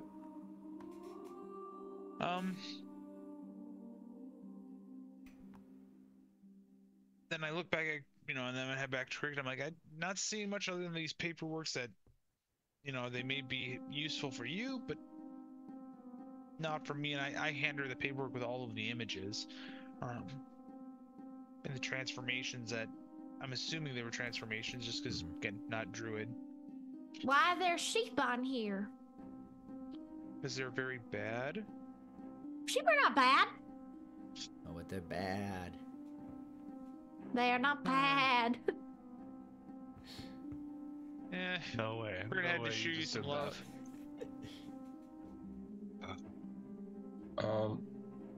Is that little boy still around? Because No, we were trying to father follow. figure friend is kind of dying. Yeah, we were trying to find Or their unconscious. nests. Yeah. Yeah. And he just kind of disappeared, so we just have an unconscious man. He's not dying though. Vantalord did lay hands on him. Yep. He's not dying. Okay. Well, that's a good point though, Raja. Maybe we should try and find out where that little boy went from here. Yeah, probably. He did say that wherever the nest was, it was hard to get to if you weren't a rat. But so far, we haven't seen anything that looks like it's like blocked or whatever, and only a rat can get through, right? Right, you said so it had to be someone small to be able to get in. Yeah, someone small. Is there a way out of here? Or... Yep, when you look around, on the walls, on the floors, again, under this ledge were those cages. oh, right. I forgot there were cages.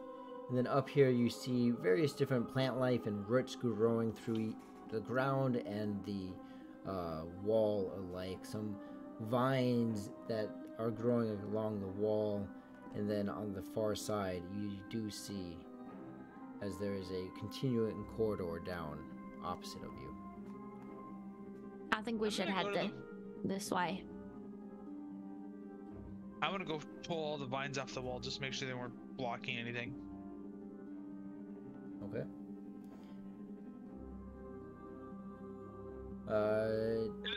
As I get ready to do that, I look at Cricket and I go, "Don't scold me. I'm just trying to see if if there's anything behind this." Well, don't kill him. Just move him. And the I mean, do what you have to do. I'll just turn away. I just said, "Don't scold me." Rihu and Raja, what are the two of you doing? I agree with where we should go, so I'm gonna go that direction. Yeah, I'm just gonna follow everybody Okay. and watch for all the statues in the walls, like the one that everybody's right in front of right now. Yeah, you're supposed to be checking for traps, Raja. So as Raja approaches that statue, he calls it out to everyone. At the same time that Vantalord is starting to move and pull. And are you cutting vines? I'm just gonna pull them off. I'm not gonna cut them. Okay. If you get us killed, Vantalord, from being curious instead of just staying focused on the mission. You told me not to kill them, so I'm pulling and not cutting. Either way, it's the same. So as you begin to get closer to them, Vantalord, and you start to try to move them, some things that you notice is that the vines in front of you, it looks like a collection of very thorny vines. You see these good 1.5 inch thorns that come off the vine in various spots, like pretty collectively. There's quite a few of them. And as you get closer, you start to see almost like if you think of when you hit a flower or a tree and the pollen starts to plume off of that. So as you maneuver between these large thorns and begin trying to move these vines, they do slightly move, and then these plumes this plume effect starts to happen in quite a few spots in these vines. Nothing excessive as you begin to start pulling them, but you do see that reaction start to happen.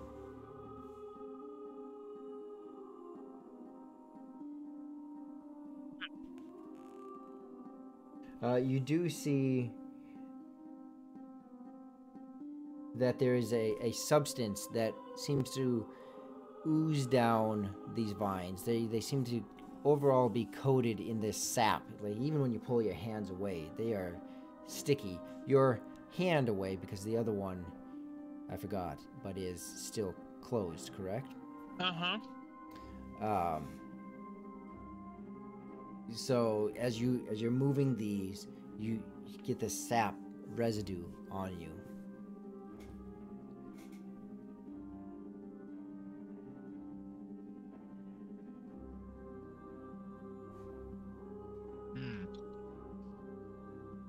As I continue going through, do I see any sort of break in the vines, or is it just the like one layer?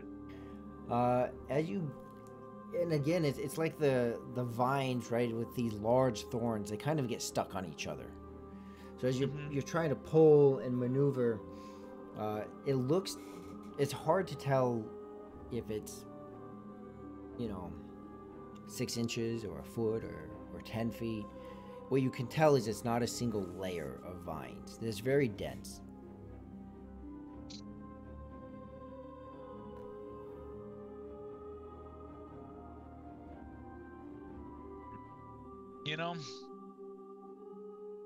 I look over my shoulder.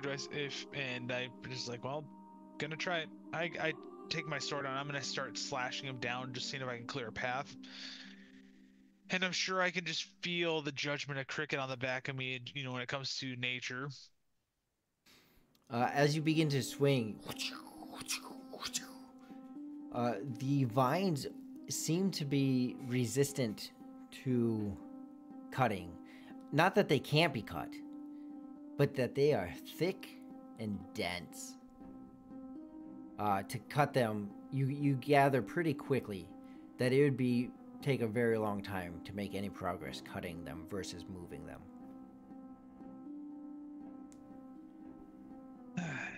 Well, I've only got in my head. I'm thinking, well, I only got one hand right now.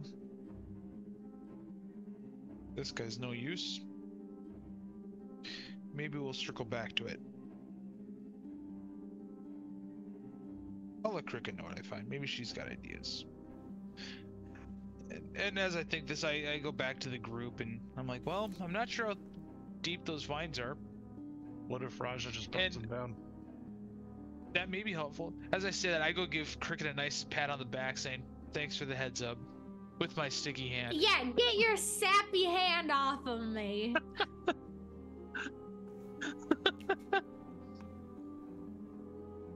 I always thought Raja you were will the walk sap. over. Walk over I to the don't know vines. if this is a wise idea, but Yeah. Okay. you know how I feel.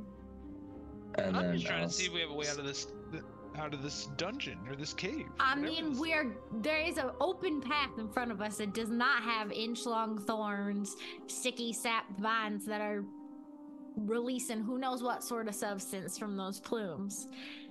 Plants can be real dangerous, y'all. Me too.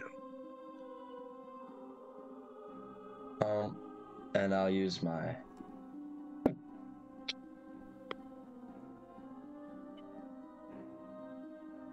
fire strike. Okay, and what does that do? Though once per turn, when you hit a target with a melee weapon attack or ranged weapon attack using a thrown weapon, you can imbue the attack with an additional fag. It's extra 1d10 fire damage. Okay, But I don't have my burning hands anymore because I used it on the other golem. okay. So you're throwing a dagger in there? Is that? No, my rapier. Rapier? Okay, so you're just stabbing your rapier into it. Yeah. Okay. And you do. I mean, these vines are everywhere. It's not like you can miss. So as you do, you thrust your rapier forward, and it easily goes in half the distance of the rapier, and you give it an extra thrust, and all the way up to the hilt of the sword is sunk into the vines. As you do, the flame starts to emerge from the sword. Even by where the hilt is, the flame whisks along the vine, but you can see that it's as if the sap is protecting the vines. Okay. I'll just go back.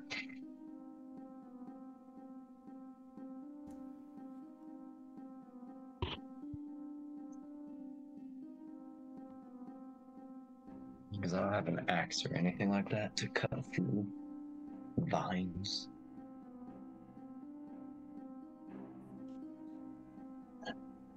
You said that they went pretty deep. At least I'm the asking. length, yeah. Yeah, I'm mostly asking Raja and Vantalord. Well, from what I could see as I was trying to move them, it looked like they would. I couldn't tell, it could have been 10 feet deep, it could have been 10 inches. Yeah, I didn't hit a wall or anything on the other side, but I also don't know how much of that was air. Well, why don't we just see what's down this hallway, and if we need to come back here to maybe find another way out, just remember that this is here. Yeah, it that's kinda seems what I was very thinking. purposeful. Right. It's just that I don't know that we'll be able to come back once we go through, potentially, depending on where it leads. And we still have this unconscious body with us to deal with that we said we were going to get back to the nest. Yeah. True. But we'll remember it's I here. mean, not to be too mean-spirited, but we could. I mean, he's not dying. You could probably leave him here, and his people would find him. But Yeah, but just in case. We did tell the boy. I think that'd cause worry throughout the people, though. There's just an unconscious person. Although we haven't really run into anybody else, except for the boy and his dad. Yeah. I mean, like, obviously, at one point there were people here, but we don't really know how long it's been. Lots of things seem pretty old and destroyed. I think I'd like to lead Okay. and watch for traps as I'm going. Mm-hmm. I'll try and help him as well. Traps. Just keeping an eye out for things. I'm also looking for places where the rat could have gone that looks like it's meant for just small people. I had just realized something that I didn't know I even had. I have second story work as a trait on here, and it says climbing no longer costs you extra movement, and when I make a run, jump, and distance you cover is +3 feet. Is that something I'm keeping? Because I'm guessing that's from switching over to D&D Beyond. I will take a look at it during break or afterwards, but very potentially. Okay. Because I'm not seeing anything with to deal with traps specifically, other than like cunning. Your investigation and perception, being able to spot them. Yeah. Yeah. So I'm guessing it looks like there's some room. Yep. So as you enter into the next room, there seems to be a large, like a closet-esque type of some kind of storage over to your left, and then some kind of entry room or some kind of additional room here that you're in. There are some barrels. There are some stones that have been piled up. They're not like broken stones or anything. There's just some stones piled to the side over here. Is there a way to get to that closet? Like, if I were to shimmy along the edge? That closet X thing at the top of the stairs? You could, yeah. Alright, that's what I want to do. I want to open the doors and see what's in it. Vantilor just touching everything. Everything. Absolutely, I am. I say, remember, I'm on this. I've got this urge for having additional power in the back of my head. Yeah, we can tell. We can see you're acting real weird. You've been acting real weird. There is also a crate and a chest over in the other corner as well. Is there just another hallway outside of this room? Is that what that is? Okay. Yeah. I'd like to go over to the chest. Okay. And then I'll go to the crate.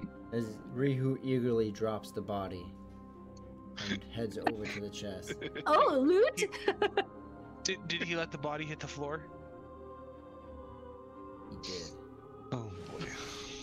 Do you want me to check it? Come on, you left me way too open for that. Oh, we have a subscription for Mr. Slothman. Thank you. Hey, thank you. Oh wait, what is it to really check for traps? Perception or investigation. Yeah. Investigation. Oh, then I bet you 90% of the people here are better than at checking for traps then. I'm pretty good at perception. I don't know if that can help or not, but yeah. Actually, as I see Vantilord shimmying along the wall, can I just do like a quick glance around to make sure that whatever he's about to open doesn't look like obviously trapped? As you look around and you look up. I'm enjoying this way too much. You look up at him. Jubilee standing next to you with the individual.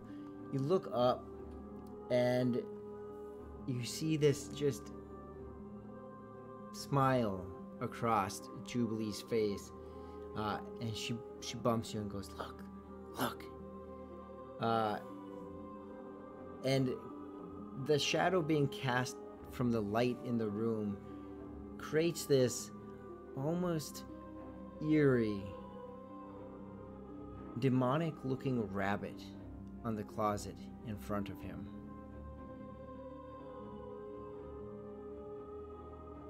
I hate that. Jubilee, why are you smiling? No! And we will be back in 5 minutes as we go to our one and only break. People are gonna get us killed. I don't know if you're looking at it currently, but if you look, Yeah, it looks like... Oh, I am. Crazy. Yes, I am looking at it. That's great. Mind you, he just found all these pages too.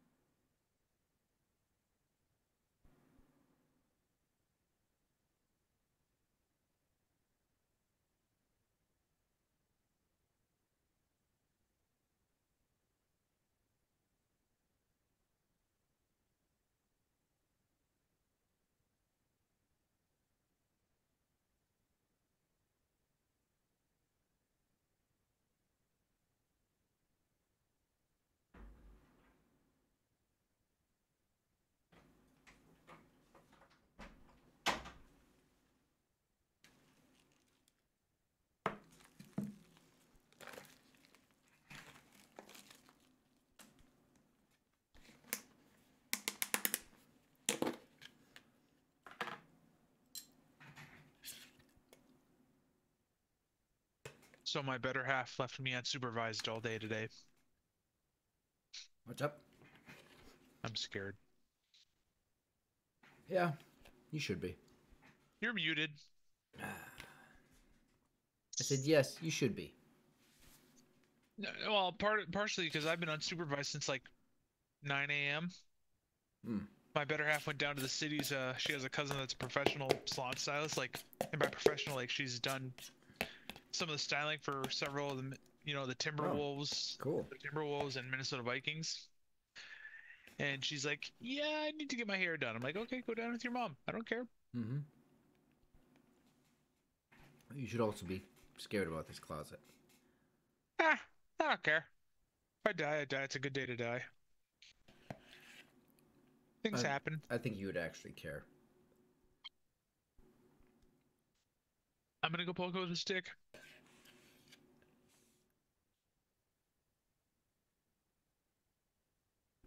I do like how the shadow appeared, though. Oh yeah, with the shield that I have from Hero Forge. Oh, okay, I just need to buy that new 3D character and email it to you at this point. Nah. Yeah.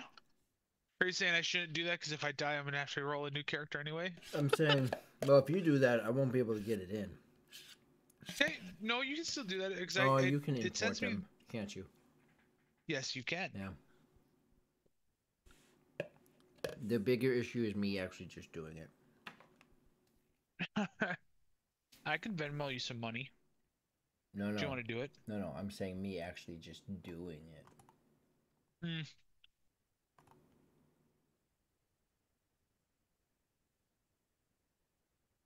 I still cannot believe how that shadow came in. That's like perfect. Yeah. But I can feel like the judgment of Cricket right now. You know, as Vantalord's just touching everything. Touch. Die.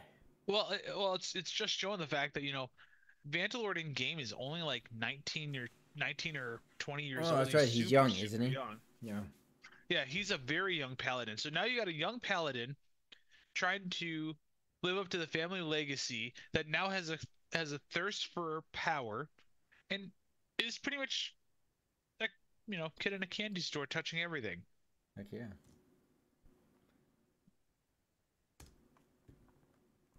So yeah, it's just the perfect recipe for disaster.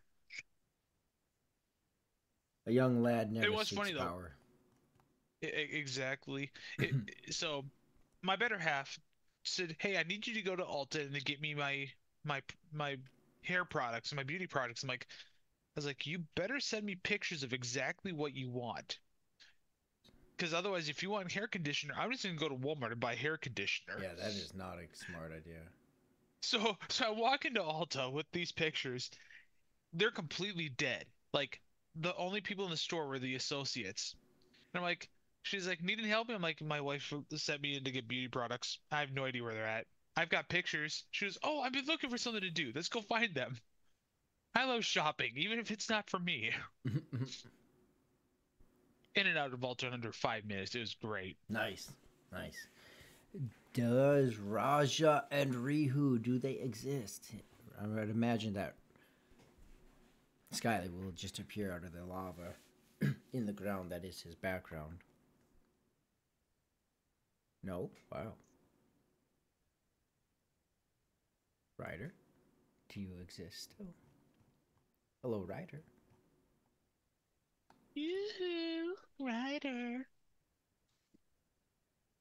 The three of us, so we need to find another day to go down to Top Golf with our better halves. Oh yeah, that was fun. Yeah, there he is, out of the lava. We also picked up a new game for the next game night with all of us. Emily got the game Abduction for her birthday from her mom, and she and I played it last night. Absolutely fun. Interesting. So yeah, we have our next get together games.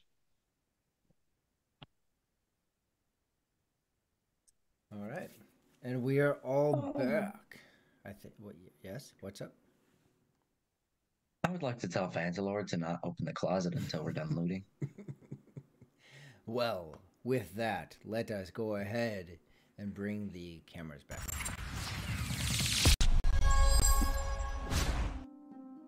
All right, we are back. As the group enters into this new room, a closet up on a ledge. That's an interesting way to set the screen up. With a pretty spooky... Oh yeah, but you can't see Raja. Can't see Raja. What? Oh. Bam. With Vantalord on the ledge and the ominous shadow being cast in front of him. The Raja over by the crate and Rihu by the chest.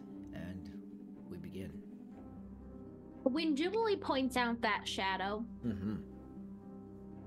Can I like deduce where that shadow's coming from, or does it look like it's actually like demonic? It looks you when she makes the comment to you. It's like when you look at the clouds and you say, "Oh, look at that puppy," right? Except for Jubilee, it's not a cloud and a puppy; it's a shadow and an evil-looking bunny. And so it's with where the light is. It looks like it's from the lights that are in the room hitting Vantalord. Right, so the lights being over kind of where Raja and Rihu are, hitting Vantalord, casting this shadow in front of him. Okay. Whatever. I don't see any other obvious traps near him, though. You don't like see a any... bucket about to fall on his head or something. No. Okay.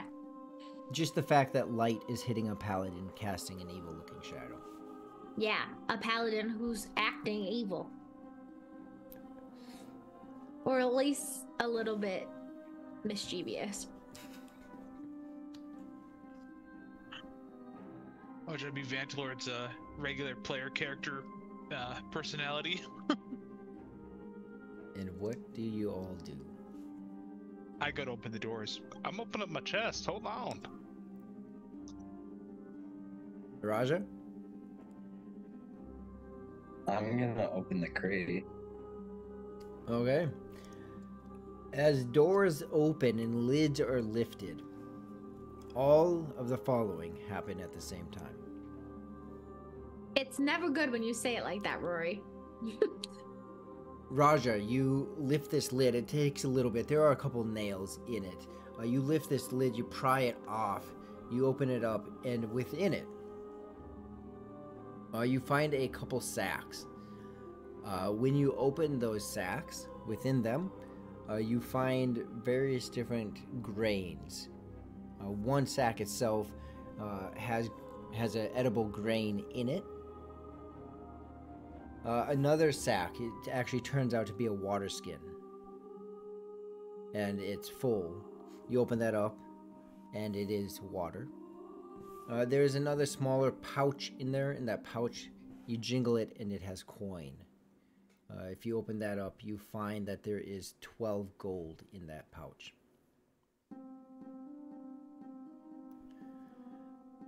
Rihu, as you open this lid of this chest, you check it's not locked, and you flip it open. Within that chest, you find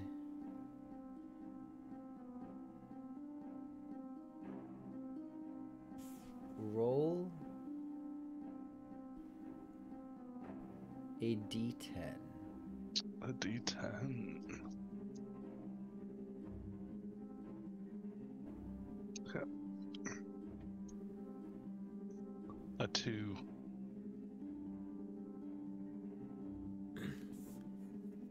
You find a glass bottle. It has a cork on it, a lid on it, and a fluid within it. Presumably, you just found a potion. 1 second. Is there a color? There is.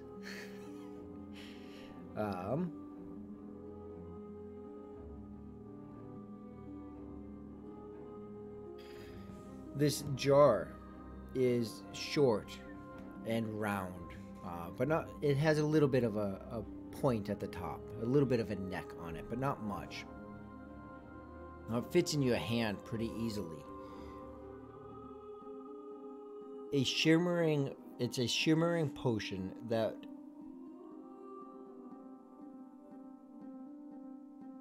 when you look at it, almost has a blue essence to it. However, in the center of this bottle, you see quick little wisps of a gold light. And this gold light transitions from this a blur of a light at the base of it, and it spirals up through the center of this blue liquid, shifting, and you see a dog cat, a deer. And as you keep watching, you just keep seeing different animals shift through this gold light.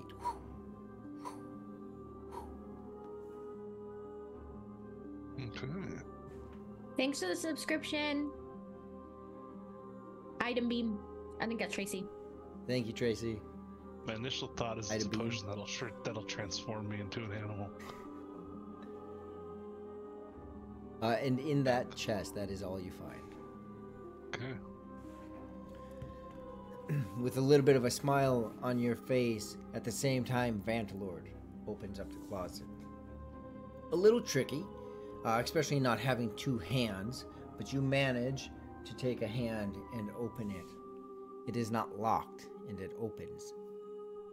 Would you say he's handicapped?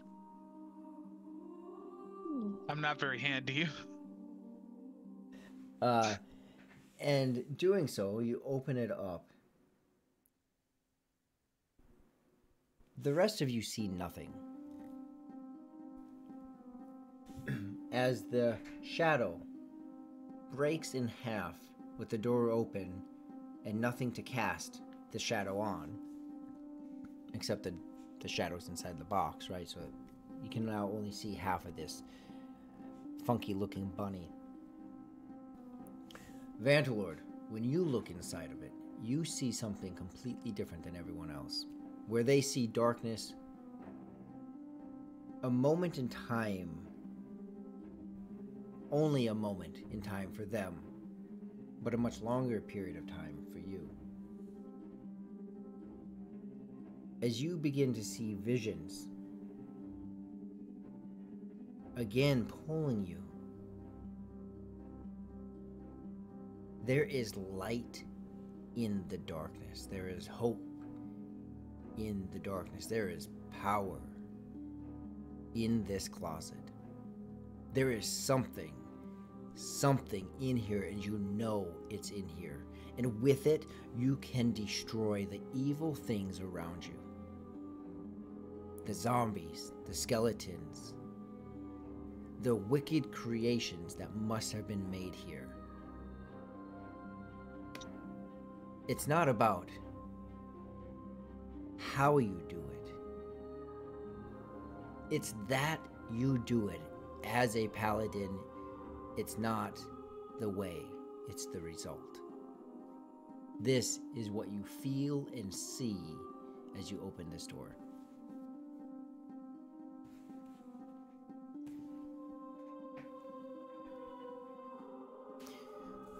Go ahead and roll a D100. I had a feeling that was coming.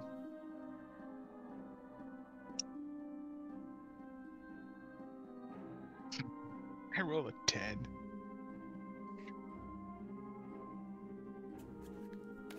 You don't know what it is.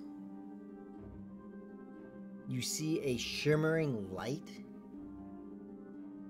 when suddenly you're pounded in the chest by some unknown force,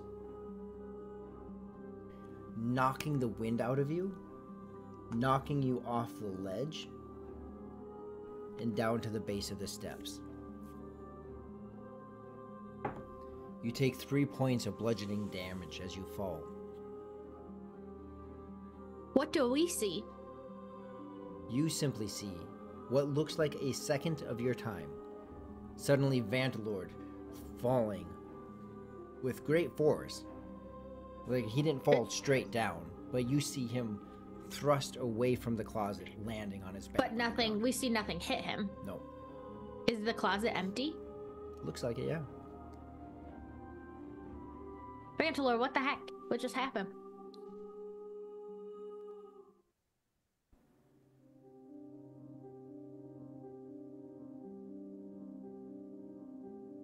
I look at her a little bit in a daze. I'm like, there's something in that closet.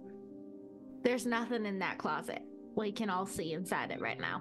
There's something in that closet. I saw a light, almost like the visions in the dreams that I've been having. Well, those are in your head. They're not in real life. But I saw that. You ever have that feeling that you just can't you can't shake. For many years, you know, growing up, you know, being trained by great men, great swordsmen, they've always kind of given me a, I wouldn't say brainwashing, but strong suggestion that this is a way of life. But right now we're kind of on a mission to get rid of these evil monsters, this evil circus, and we're kind of looking for that result. I'm just Rihu very matter-of-factly. I just want to turn and ask Vandalord. And sorry, I don't mean to, if you have more, keep going. You can keep going. You kind of, you know, I'm in the middle of a thought as I'm trying to say this, so go ahead and say what you need to.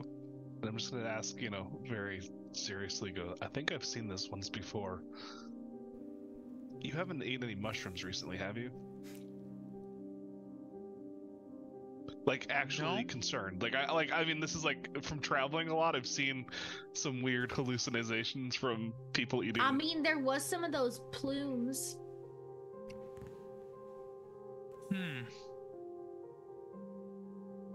No, I can't say I haven't eaten anything, but I need to go look deeper in that closet. No, I don't think you do. I think we got to keep moving forward. But there's something about there. Vandalord, trust us. If all the rest of us are seeing nothing. Although, did anyone notice that creepy shadow? That was just the light playing. I mean, I'm gonna like look into the closet. Can we see how deep it is? Like, do we have any idea, like, to us, how it looks? Yeah, Narnia doesn't exist in this world. There's a little bit of light that shines into it, but the light is lower, so it doesn't get as much into it. So when you do look, Rihu, you look, and by all appearances, it's a storage area. There's some shelving. It's hard to see, but you can kind of make out where the light does hit that. It is placed in a weird location. I'll give you that. Like, it's weird to have a closet like 10 feet off the ground. I'm not sure why it's there. As she says that, I get back up and like, I need to investigate it further. Okay, but also, like, we can't stray too far. I think we should just keep moving. We can come back to this like we come back to the vines, all right? This is one of those, I can't shake this feeling.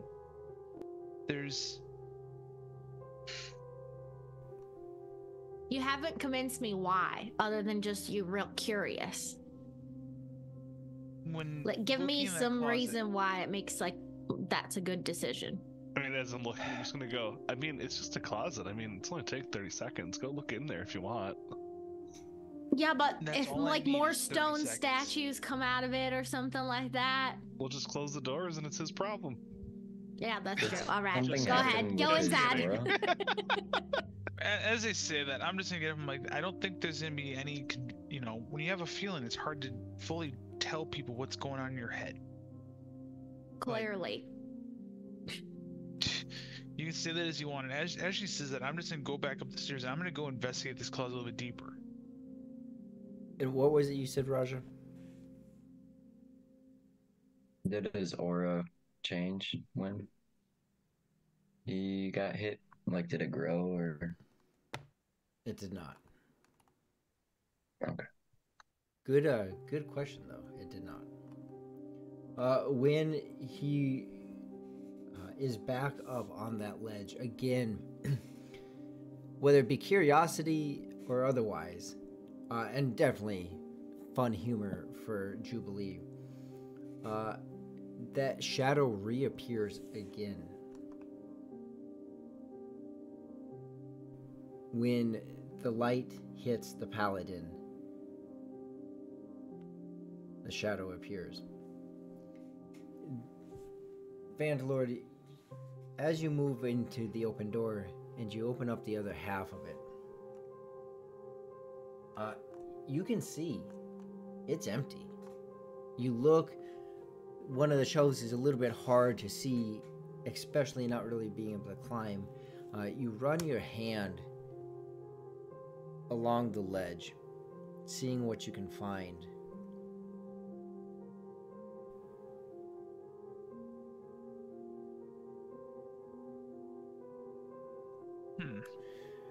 You run your hand, and your hand bumps an item, and you start to feel it, and it feels like it is a hilt of some. Feels like a handle, but like a hilt handle, not like a door. I'm gonna grab it because as a swordsman, I would know what those feel like. I'm gonna want to investigate that. You know, being trained for many years to appreciate those types of works.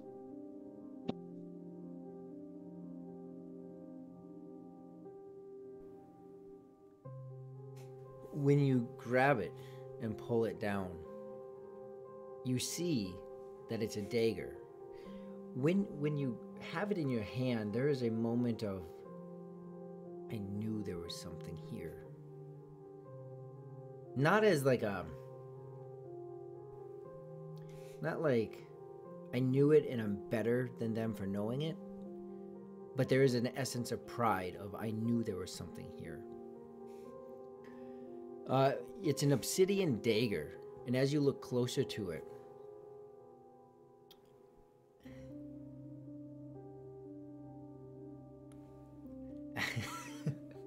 I just saw a message. It totally derailed me. That's all, guys. Sorry. No, you're good. Yeah, I put it in chat so that it wasn't. You're good. Anything. You're good. It was hilarious. Hilarious. Now it is thanks to you. Dang it. That was perfect, Katie. That was wonderful. You see this obsidian dagger. As you look closer at it, Vantlord, it's very finely crafted obsidian, and it's adorned with intricate carvings depicting different symbols of nature, from the ones you encountered with the basic symbols for the elements to other symbols that would dictate things about nature, whether they be leaves or trees or animals.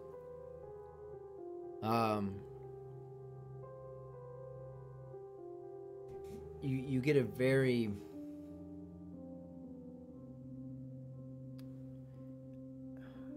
naturistic feel from it, not to be repetitive, but it is obsidian, it is natural, it is not iron. The carvings repeating the themes of nature within it, the hilt being wrapped very well in a leather, and even the handle itself not being composed of any kind of metal. That is what you find. We got a subscription, by the way, from the Real Long Shot. Thank you, Real Long Shot.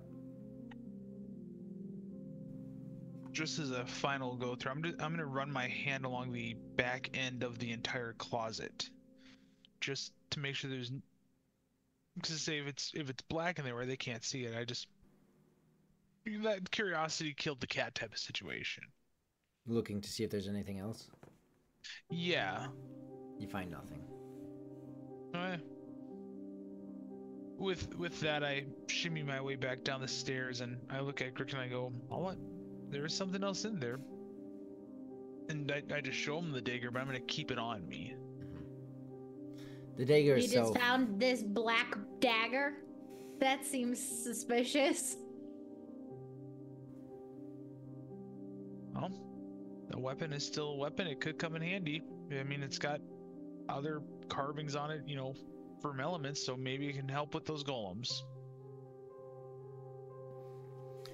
The dagger itself, especially when you bring it into a more lit area, and one where you can move your own body better. The blade of the dagger is about 6 inches long, and it has a slight wave in it, a slight curve in both directions,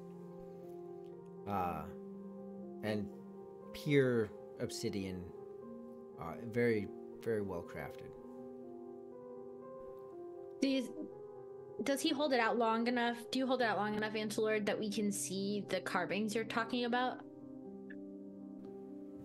Yeah, I would say so. Do I recognize any of them? Or other than the fact that they just happen to be symbols of nature, is that all? Yeah. Yep. Okay. I hope you made that as a custom item, Rory, so that I can add it to my inventory, because I'm not seeing it, so. I did not make it as a custom item. You should be able to, though. Okay. Yeah, just send me the deeds on it, then Okay. I'll add it. Will do.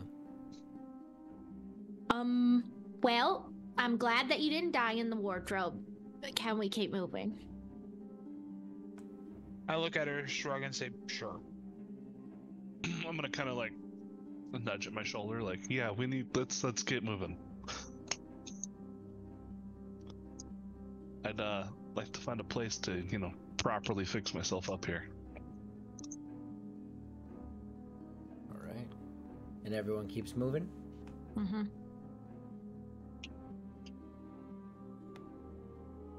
Raja taking his place. Back in the front as you all begin to press forward. Looking in front of you, you see what looks like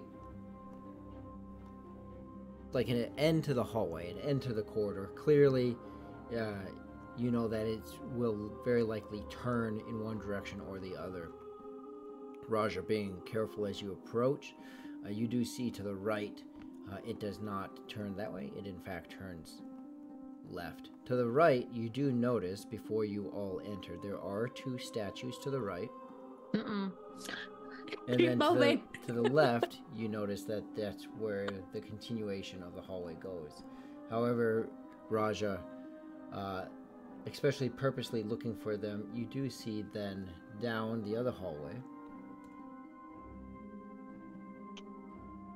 It's hard to tell if it's stone or statue, but some of the shapes do seem to appear to be more human in shape. But you see that there's this hallway here. The stone kind of shapes over here, hallway.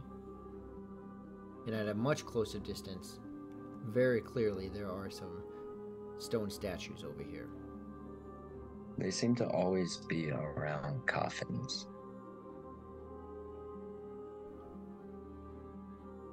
For the most part. Or guarding something. Yeah, that's a good observation. So There were some in that So we probably shouldn't open anything as we're going by. pointed look at 'cause Vantlord. I could almost guarantee there was something behind that table. I just didn't want to deal with the 2. Because that's such a weird spot for 2 statues, just in an indent in the wall behind a set table.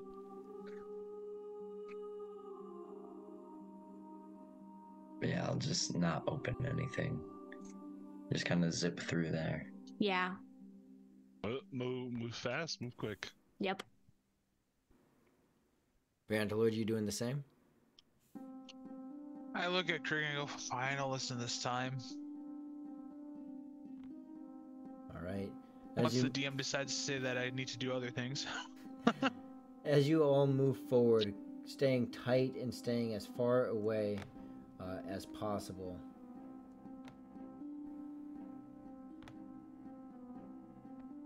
That was tricky. And I'm just going to say, Vantalord, if you try to open up anything, even with my hurt shoulder, I'm going to strap you to my back like we did with Bear, and we're just going to walk you down this hallway. As you all continue with this,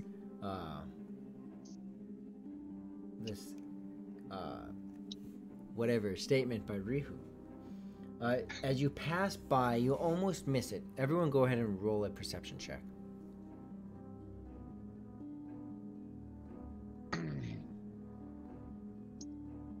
9. 9. I'm getting rid of this dice. 19. Keeps rolling 2s and 3s.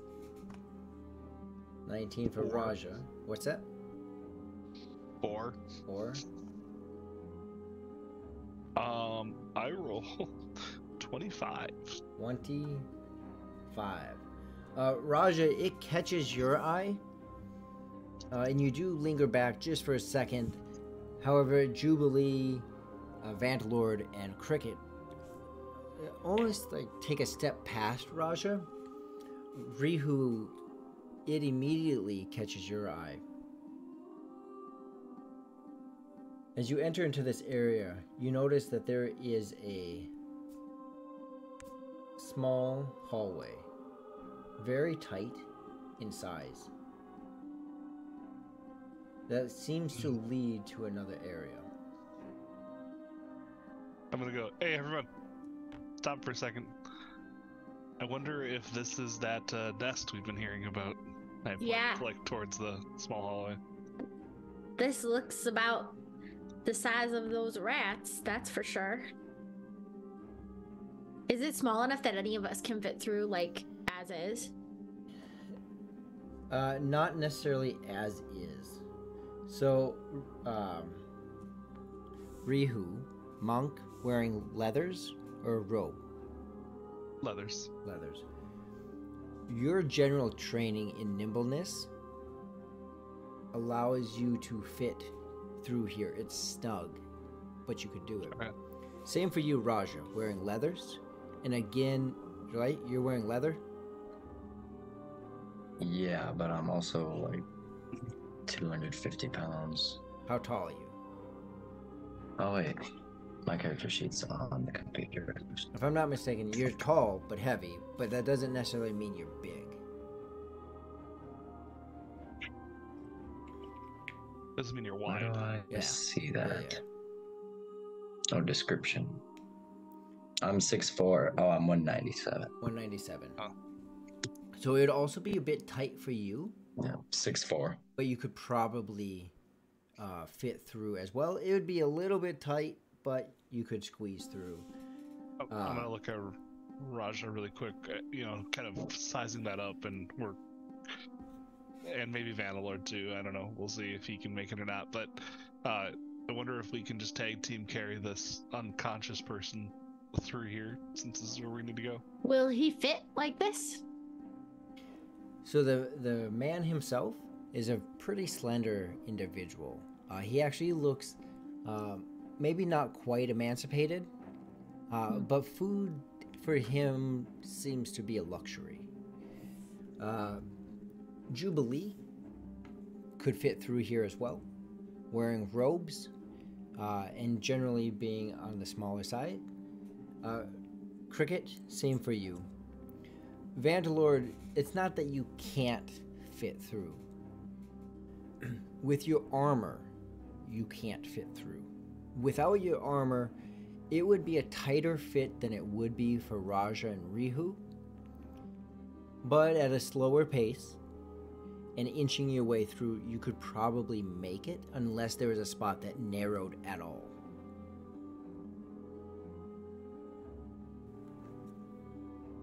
So my armor wouldn't fit at all, so like I wouldn't even be able to drag it along with my other hand going through sideways. Is what I'm guessing, because I'm on. What kind of armor I've is got it? that weird. Oh, okay. Let's go to inventory. So Let's if it's double check if sanity. it's stiff, It's plate, isn't it? Plate armor? No, it's chainmail. It's So- a mithril Oh. chainmail. yep. So you would be able to get that through, because I it's thought just you said you had plate armor before. No? No, it's a heavy chainmail that I bought in one of the towns. yep. Nice. So because it's just chainmail, it would crumple up and be able to be carried or pulled. It's not going to keep its form. Right? That's chainmail, right? Yeah. Yeah. Yep. So that you could get it through. Just it widens you close. too much. Yeah, it's closer to leather than it is plate. Mhm. I'll probably I look mean- at them and say, Well, "You here's want me to hang back?" yeah, I was gonna say I don't know that we all need to go through. Like we just need to deposit the body back, maybe talk to whoever's here. Like Jubilee or Cricket, it looks like you two might get through the easiest. Do you just Rat. make sure that is the nest before we start bringing this guy down there and leaving him? Yeah, I think that sounds like a good idea. Bear can probably fit through easily, right? Yeah, bear can get through. Yeah, maybe we should go just check it out and then confirm this is the right spot. Sounds like a plan. All right. I'll let Bear go first. Okay. Bear looks at you in confidence that, I mean, you two have been together quite a while. He hunkers down though, and he starts to crawl. Not crawl, but he starts to walk. Right, hunkered, being you know that he's on alert just in case. and you see him get all the way to the end. At the other end, it's hard to tell, but it looks like there's maybe some kind of hay or straw, or maybe some plants, something at the other end. As far as what you can see, Bear gets he gets all the way through, and he looks, and he takes the corner, and he's out of sight. Oh, I thought I was following him. Like Jubilee and I are all going. I think Jubilee, me, and Bear. Okay. So you follow behind Bear. He takes the corner, and as you get closer and closer, you can begin to see more and more. Well, once you reach the edge, you're able to see more.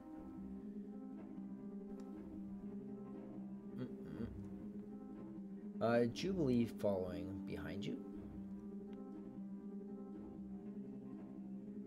When you get to the edge, you see that there's individuals in here,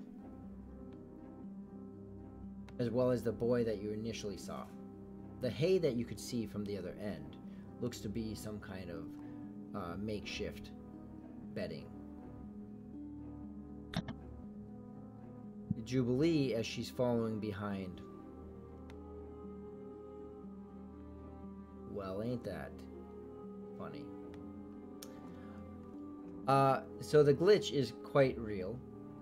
So as Jubilee is following behind, there's a shimmer from the wall, and as she follows, where's it at? 94.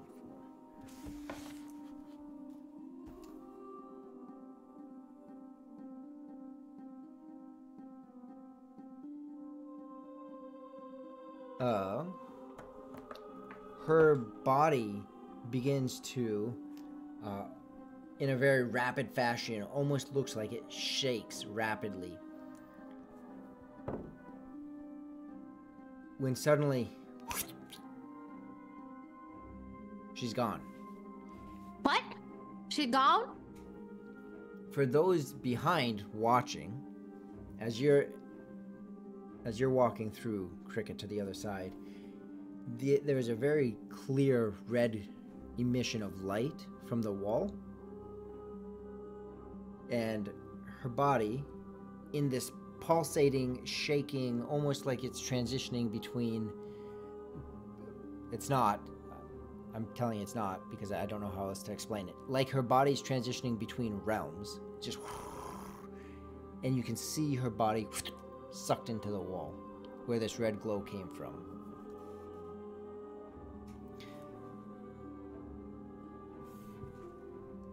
I'm assuming us watching down the hallway saw the red glow in her disappear? Correct.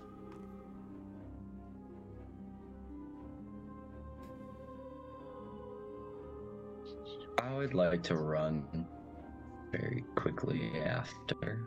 Okay. Because I don't know what happened. And being that Jubilee's gone, Cricket, as far as I know, is still down there. Yeah, you know, so Cricket made there's it. something that They can still see me, right? Yep. Yeah. But like, I don't know what made Jubilee disappear. And so me standing there is not gonna do anything. What are the people in front of me doing? They just saw me and Bear come out of the wall. They don't have a strong reaction to you, especially because the boy recognizes you. Okay. And it looks like he informed them of you. So there's some recognition, but there's no fear that you see. There's actually, the more that Bear is there, there's actually more of a calming effect that they have. Like that they're calm with you there.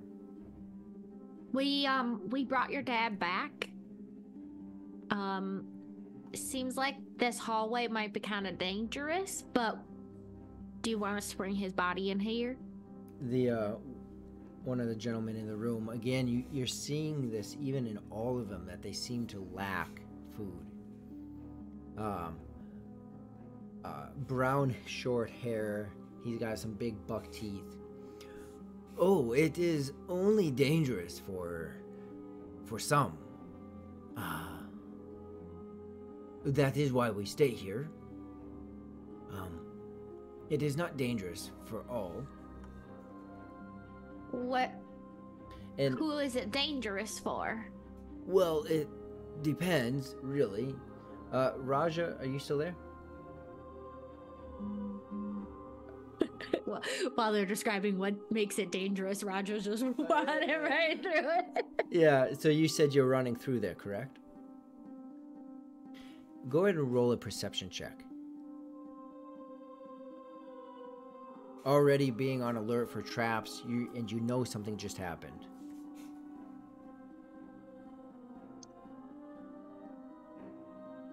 $24. 24. As you're running, you see on both sides of the wall, this is specific to Raja's perception of this, you see on both sides of the wall 3 palm size, like Raja palm, right? He's 6'3", so he's got big ol' hands. 3 palm size red gems on both sides of the wall. As you're running, you see one of them on the left hand side begin to emanate a red glow. You have a split second with a 24 to react. What do you do?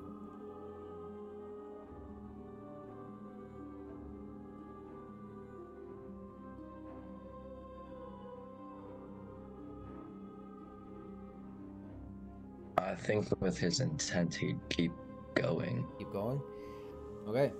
Raja continues forward. You see his body.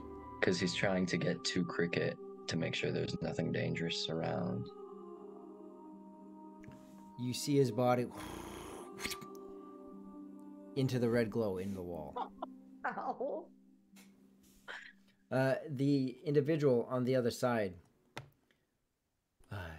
presuming the fact that you made it through here, and for sure, the one next to you, that pupper, he for sure would always make it through. Nature has its way of creating paths for those who are in touch with nature. You must yourself be a druid. That is an astute observation. Yeah. Yes. So I yell back, "Don't come through the hole!" to anybody else. Kind of Only nature people or something can make it through. Do you know what happens to the people who don't? Like, where did my friends go? we're not totally positive about those stones. We are not quite well, and he looks over at the boy and he's shaking his head. We were all made this way. When we pass through, though, we pass through as an animal. We transition into a rat form, and it doesn't seem to do anything to us.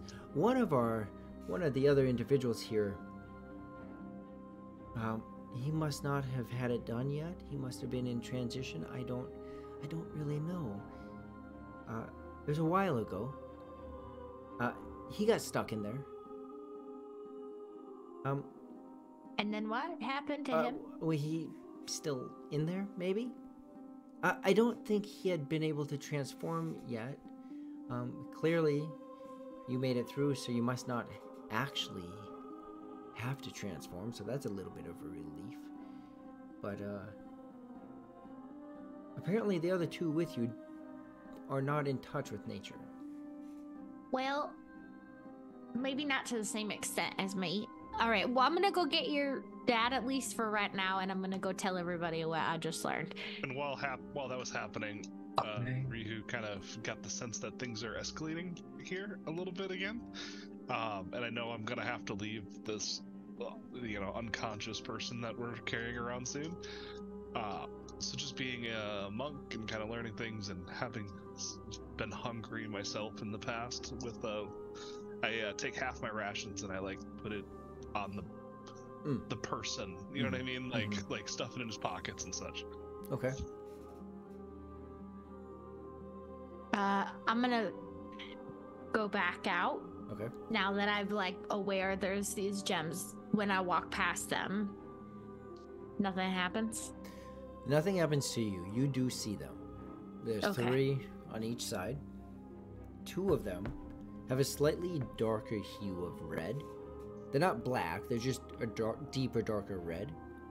And they're on your right side. The same side that, there's 3 of them on the left side that are darker. 3 of them on the right side that are brighter. So the side that Jubilee and Raja were taken into, those are the 3 that are darker. All right. After I make my way back out, I inform them of the conversation that I just had. One of their own who wasn't able to transition yet is what he said, so I'm guessing like whatever experiments they did on him to make them all wear rats hadn't finalized on this person. Anyways, they also got sucked into the wall, into those gems. But I think that I could probably take the body back without it being an issue, since he can definitely transition to a rat. So let me take that back, and then we can figure out what to do and how to find Jubilee and Raja. But don't come in here, I guess. A wall situation. I almost wonder if we should just go. You want to go into the wall? Well, I can't follow you. I can't go in the wall. Plus, what if they just died? You don't know. It might not be. They might not be. Yeah, and also they might not even be alive. Like, they could just be instantly there, like inside the gem or something. I don't know. That is a terrible thinking. I'm not saying that is what happened. I'm just saying, I don't know that this isn't the funhouse mirror. You know, like. We went into a wall together. Yeah, but that was like. We've got into a mirror together. Yeah, that's yeah. Seems like a common theme though. We all just kind of go into random teleportation to things together. I gotta retroact one thing. Skylar, will you roll a wisdom save? Yeah. Oh, 19, no. 18. 18. Okay. Literally everything to do with my brain is negative numbers. Everything that has transpired is still the same. There is one difference. As Raja was passing through and he saw the glow, and he continued forward, Raja, you felt this force upon your body, and you felt a strong pull, and then you felt it subside. It was very momentary, but you felt it release you as you did make it through. You said you had an 18 on that save? Okay. Raja did make it through. So we're still back with Cricket back at the whatever, here with the other 2. But Raja did make Yeah, it it's through. because I am nature. Okay, Raja. not full of yourself at all. Yeah. The gems didn't even glow when I walked past. I'd just like to point it out. I don't think it's good. He's not hot-headed at all. Should we point back to your last comment that everything to do with your head is negative?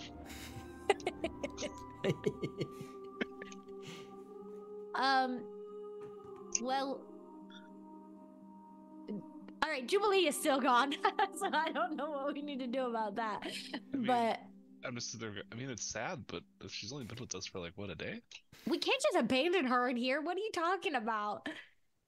She's like almost died multiple times now for us. She seems quite reckless for someone we just met. I mean, Vantalord is being more reckless right now, to be honest.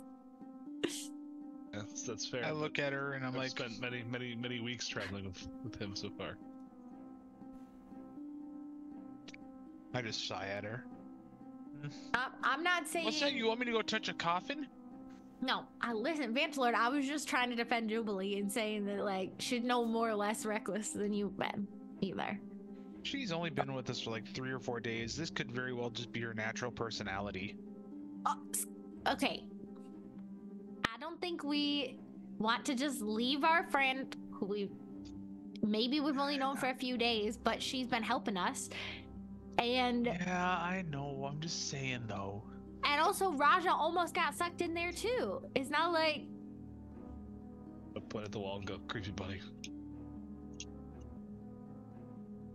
Raja, are you raising your hand at the end of the hall? What? No, I'm raising my hand, so because I don't want to interrupt you. Can I walk back through the hall, but like very wary of the red glow to see if it would let me leave without sucking me in again? Sure, you try to walk back, watching the stones. Like very slow. Yep. As you get closer. And I still want to stay by them. Okay. So as you start to approach, you get within about 5 feet of the stones.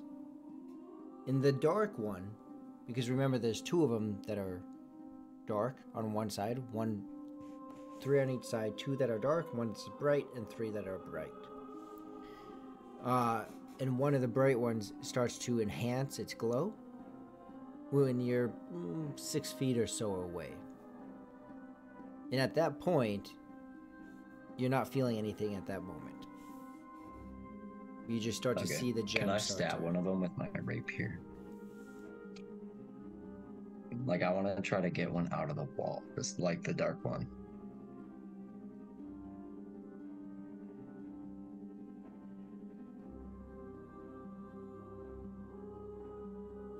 So here's your 3 stones. I just want to make sure I explain this. So you were coming from this way. Dark. So you can. I just want to make sure you know the layout. Dark, dark. This is where Vantalord is. Dark, dark. Light, light. They're not gathered like this in one area. That's what I figured. They're spread out throughout the hall. I mean, they're not spaced out throughout the whole hall. They're all within a couple feet of each other. But on your end of the line, there's a light one on each side. It would seem like they're going to suck in from the side you're coming from. The wall? Can I just like... Just gonna quickly say... Just... Sorry. Didn't mean that. Yeah, you can kind of scale both sides of the wall, but even as you climb up, you still see the gems closer to you start to glow. Whatever. You're not feeling anything. I'll just stab the bright one. Okay. Roll a... so you're gonna try to... It's tight in this area, right? You can't like really get a good leverage on that gem. You can kind of poke and prod at it. But you do have to get closer to do it. I'm trying to pop this one out of the wall. Aren't we like squeezed in a crack? It's all of 1.5 feet. Yeah. Right? And so he can take it and try to Raja, poke what at are it. you trying to do over there? Get back. Okay, well just wait over there for a second. Let me take the body back over there, and then we can try and get back out together. Let's get that sorted out first. Yeah. And maybe Cricket can even grab onto the gems since she seems Right, something. I can try and help. Okay. Calls me the I'll just go back. Yeah, just Go hang out talk with there the for a people. sec. Alright, I'm gonna... Bear and I are gonna push/pull this body. He's probably pretty light, actually, if he's just emaciated. Mhm. And I'm feeling a little responsible for him since I was the one who grappled him, so I'll just, be like, farewell, skitterish friend. Alright, and I'll pull him through the crack. Yeah. And you do. And everyone watching the gems, as you pass by, they don't glow. For you, for Bear, for the man, the gems do not glow. When we bring him back, I'll point out to the son as well, and the other guy who was nice. I'll our friend over there, I'll point his Rihu out through the crack, but he gave you some extra rations as well, since it looks like you might be a little bit hurting for food. Oh yes, we have to scrape and find what we can, and it's getting to be less and less. We're struggling to maintain ourselves here. Well, if we find a way out, we'll try and get a message back to you, and since you guys seem to be trapped here as well. Yes. Yeah. If you're going to go to the lower level, I don't know if you know there is one, but there is a lower level. Do be careful, or maybe just don't go. What can we find there? Oh, stuff. And you just see a bit of fear roll, a bit of fear roll over him. There's rumor that there's water down there. We lost a couple in trying to search for it. They never came back. I don't know why. Maybe it's actually really nice down there, but I don't think so. And there seems to be maybe some different kinds of creatures down there. We hear weird sounds. Scratchings, scrapings, howls. I don't really know. They don't sound natural, though. That's also why we stay in here, because it seems like as long as we're in here, or at least it seems like, that nothing comes in here. Maybe they just don't know about it. Remember the other animals that were tested on? Right. That could be from them those down drawings, there. Or yeah. other people, yeah.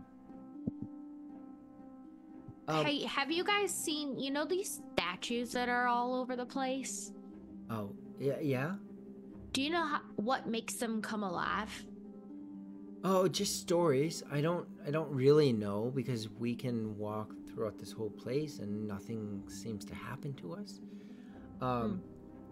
We actually didn't really know they did that until you guys came through. We heard that they can do that some some of them will start to move and protect, like the ground protecting the tree, like the soil protecting the roots, is kind of what we found in some writing, something about keeping unwanted visitors out, basically, is what we get from it. But we thought they were just stories, and then you guys came, and I guess yeah, not. they're not stories. No. And so that makes me think that maybe the other stuff that we hear or have heard, that might not be stories either. We've all been too scared to do anything with those gems in the wall, for obvious reasons. So I don't know, but if your companions can get through, you are welcome to rest here.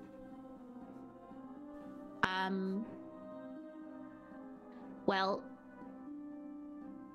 I'm not sure that the other ones can. It seemed like it was even a risk for Raja here to walk through, but he managed to make it.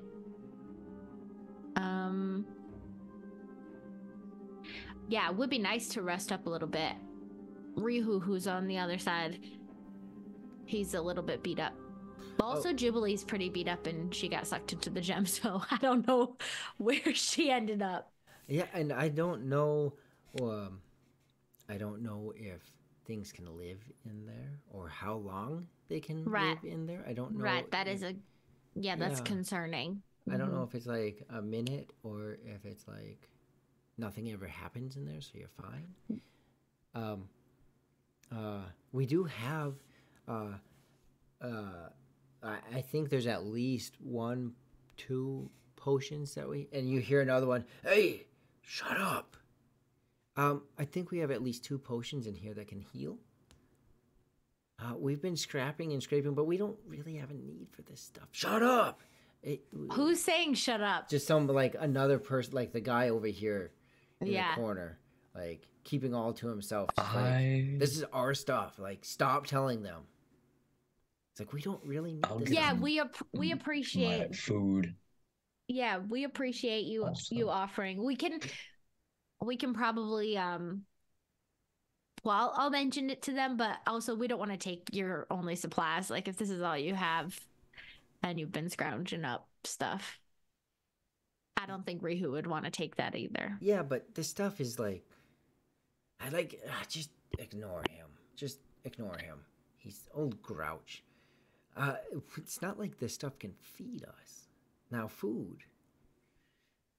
would be nice. Water would be nice. A way out of here Right. would be nice, but we cannot survive on this stuff. I've already given them all my I'll food give them that I the could. bags. The Mm. bags that I found in that crate. The wheat and the And water. then also, yeah, and then my rations. Okay. It's only 1 day's worth. Mm-hmm.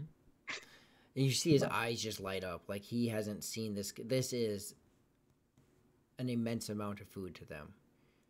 We're making allies with the were-rats. Yes, as Wow. we should have from the beginning. Is it grain or is it rice? grain? It's a bag of grain, so it's all edible, but it's a good I pouch can't really of it. cook that though.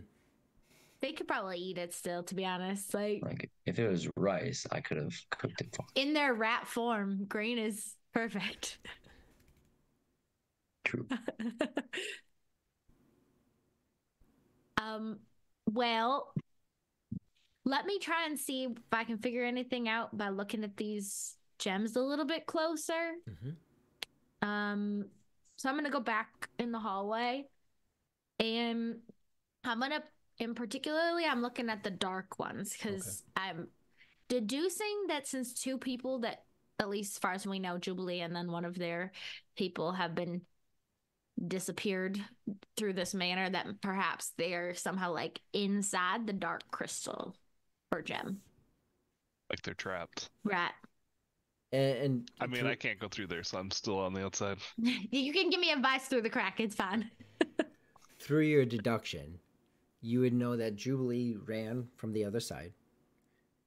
And then looking at that side, dark, 3 lights, and a dark, right?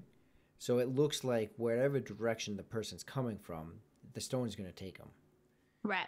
And you know from Jubilee going in there that that one went dark after she went in. Right. So yeah, All right. So I'm going to go examine that one. it either has a use or it's like holding her. Yeah. Right.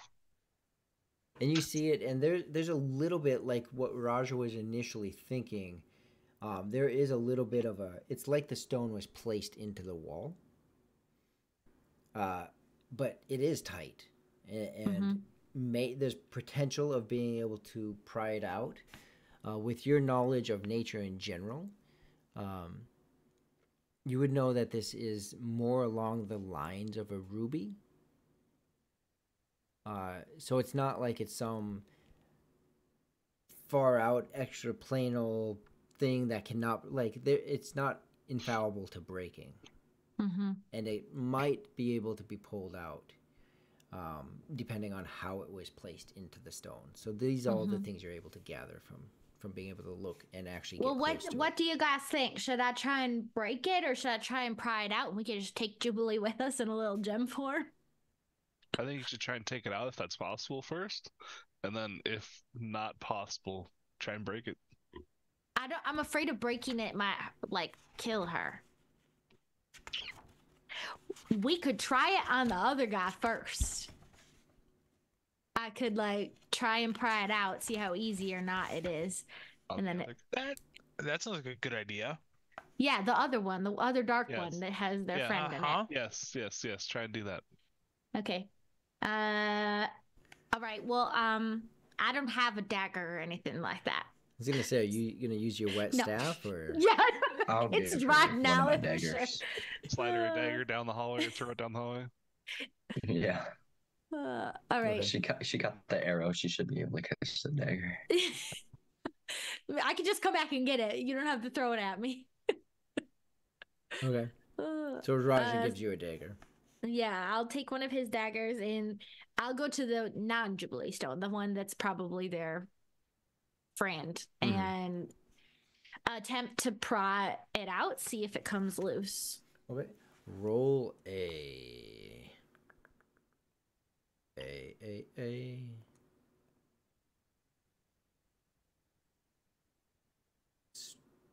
Roll a sleight of hand. Sleight of hand. Okay. Also, I haven't really done this very often, but I'm gonna focus real hard for a second and I'm gonna cast guidance on myself. There you go. Yeah. Druid. It's the best cantrip. Actually, anybody who has that cantrip, but oh no. All right. Well, good thing I was practicing. Sleight of hand. Mhm. Plus my guidance. 8. 8. So the dagger clearly is able to kind of wiggle in there.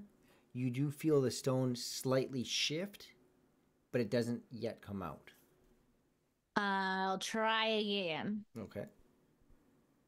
Oh boy. Same one. I'm not Mhm. moving. Yeah.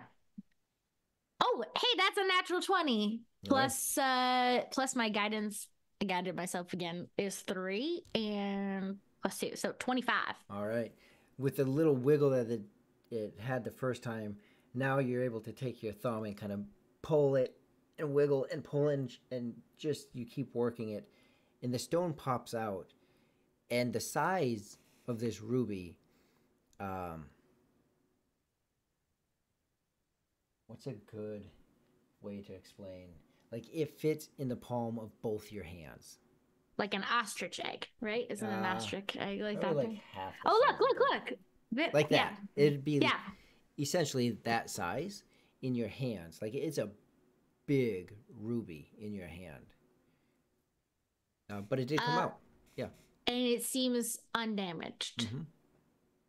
I'll take it out to Rihu and Vantalord to like examine. I prod this one free. I feel bad I wasted my natural 20 on not Jubilee Stone. Could have been a nat one too, though. Yeah. That's true. I don't know if you guys want to try and see if there's a way to like get the person out of here, but I'll leave it to you. I'm gonna try and pry the Jubilee one. It's a All right. really pretty ruby. Cricket. There's Cricket a person's Sorry, I couldn't soul help in there. Cricket hands off the Well, what ruby. are you telling me?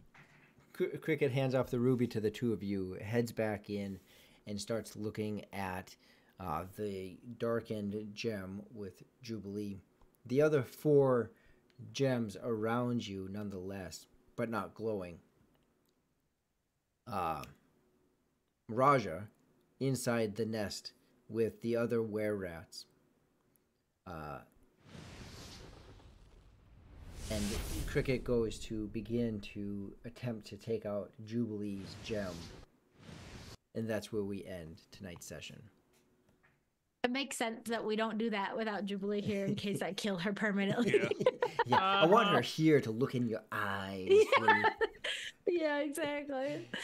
Oh, we just got man. another sub from Justinius. Hey, Justinius, thank you. Thank you. 19 months. All right. So with that, let's go ahead and roll right into the stars and wishes.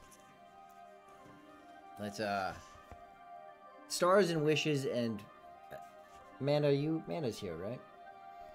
I haven't seen her in the chat in a while. Okay. Yeah, I haven't either. Okay. So let's just do stars and wishes, and then we'll go from there. So, Cricket, what's your stars and wishes? My star is actually going to go to Vantalord for the antagonistic,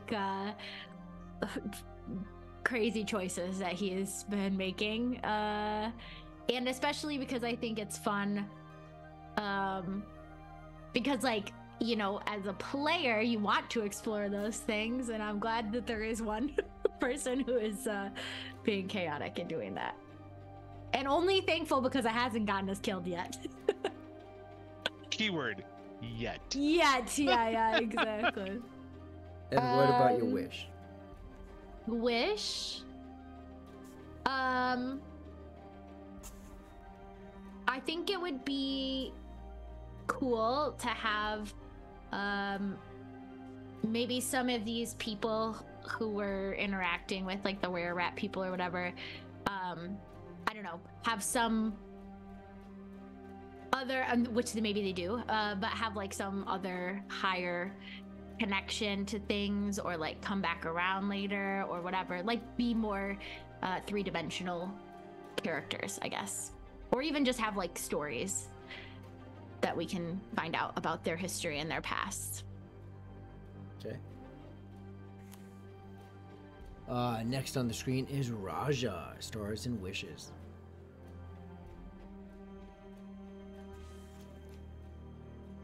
There we go. Raja's star.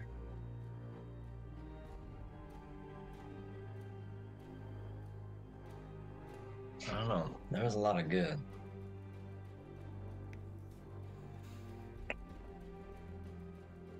I think Raja's star best go to either Cricket or Vantalord, because Vantalord is playing into his role really well. Like, he's not letting anything stop him from going towards what he is believing as a character to be best. Mm-hmm. And then Cricket, with her ideas of not just barging in and taking everything, is kind of also keeping us safe when she was communicating with all the rat people. Because if we went in there trying to fight everybody, there's probably quite a few of them back there. And then Wish, I don't even know. I think it'd be cool to get out. Maybe acquire different either knowledge or items downstairs if we eventually go, because that sounds like where all the testing was being done. And what Raja assumes is that the other tested on people that aren't rats are down there. Like, it might not even just be a second level, it might be a whole entire multi-floored building with different creatures on each level. But I think just exploring more is really, that's it. All right. Vantalord. I would have to say, bring that back to Rihu for, splashing the water on that golem and actually at least starting to get it up where our brains went, oh yeah, that was great. I say some of the images going through my head were just absolutely hilarious. And I say for Wish, I want to find a bag of holding. I am scheming, don't worry. But I'd like to find a bag of holding. It was called the splash and run tactic, by the way. Yes, it was great. I loved it.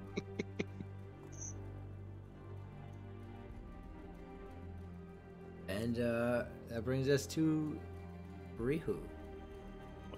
Star, definitely Raja. I liked the wind arrow to the one golem. Just kind of picking it up and just jabbing it right in there and taking them out. Like, as the only, I think I was the only one who took like a full hit from one of those golems. Definitely know how much they can hurt. So taking out one quickly was a very big deal. Wishes? Probably... Oh, there's a lot going on right now. I feel like I've said this every time, and maybe it's still the same. Just answers. I feel like there's just so many plots that we've started, but haven't, maybe put the pieces together yet. So picking up more of the pieces would be nice.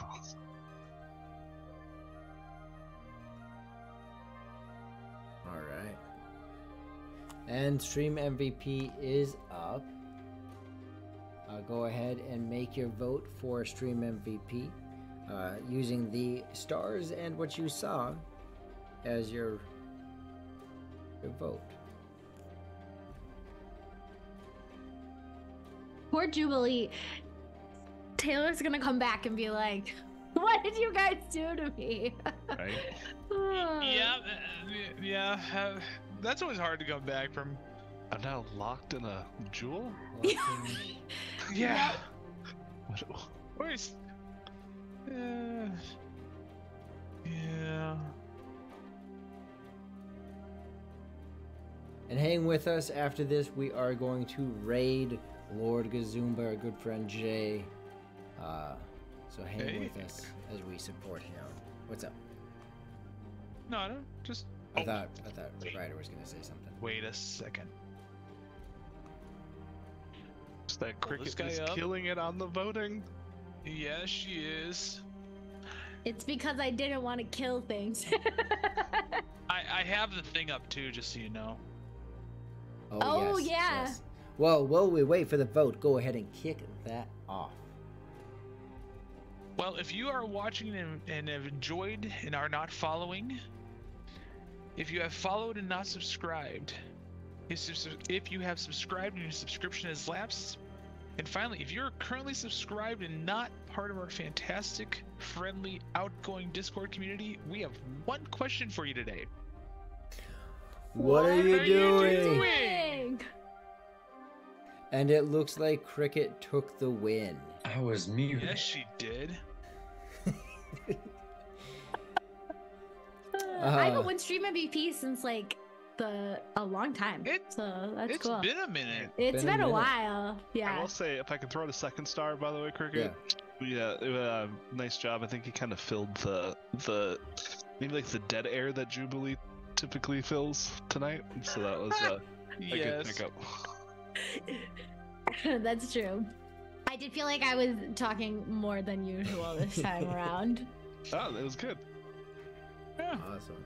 Well, that's 1,000 points, XP points to Cricket.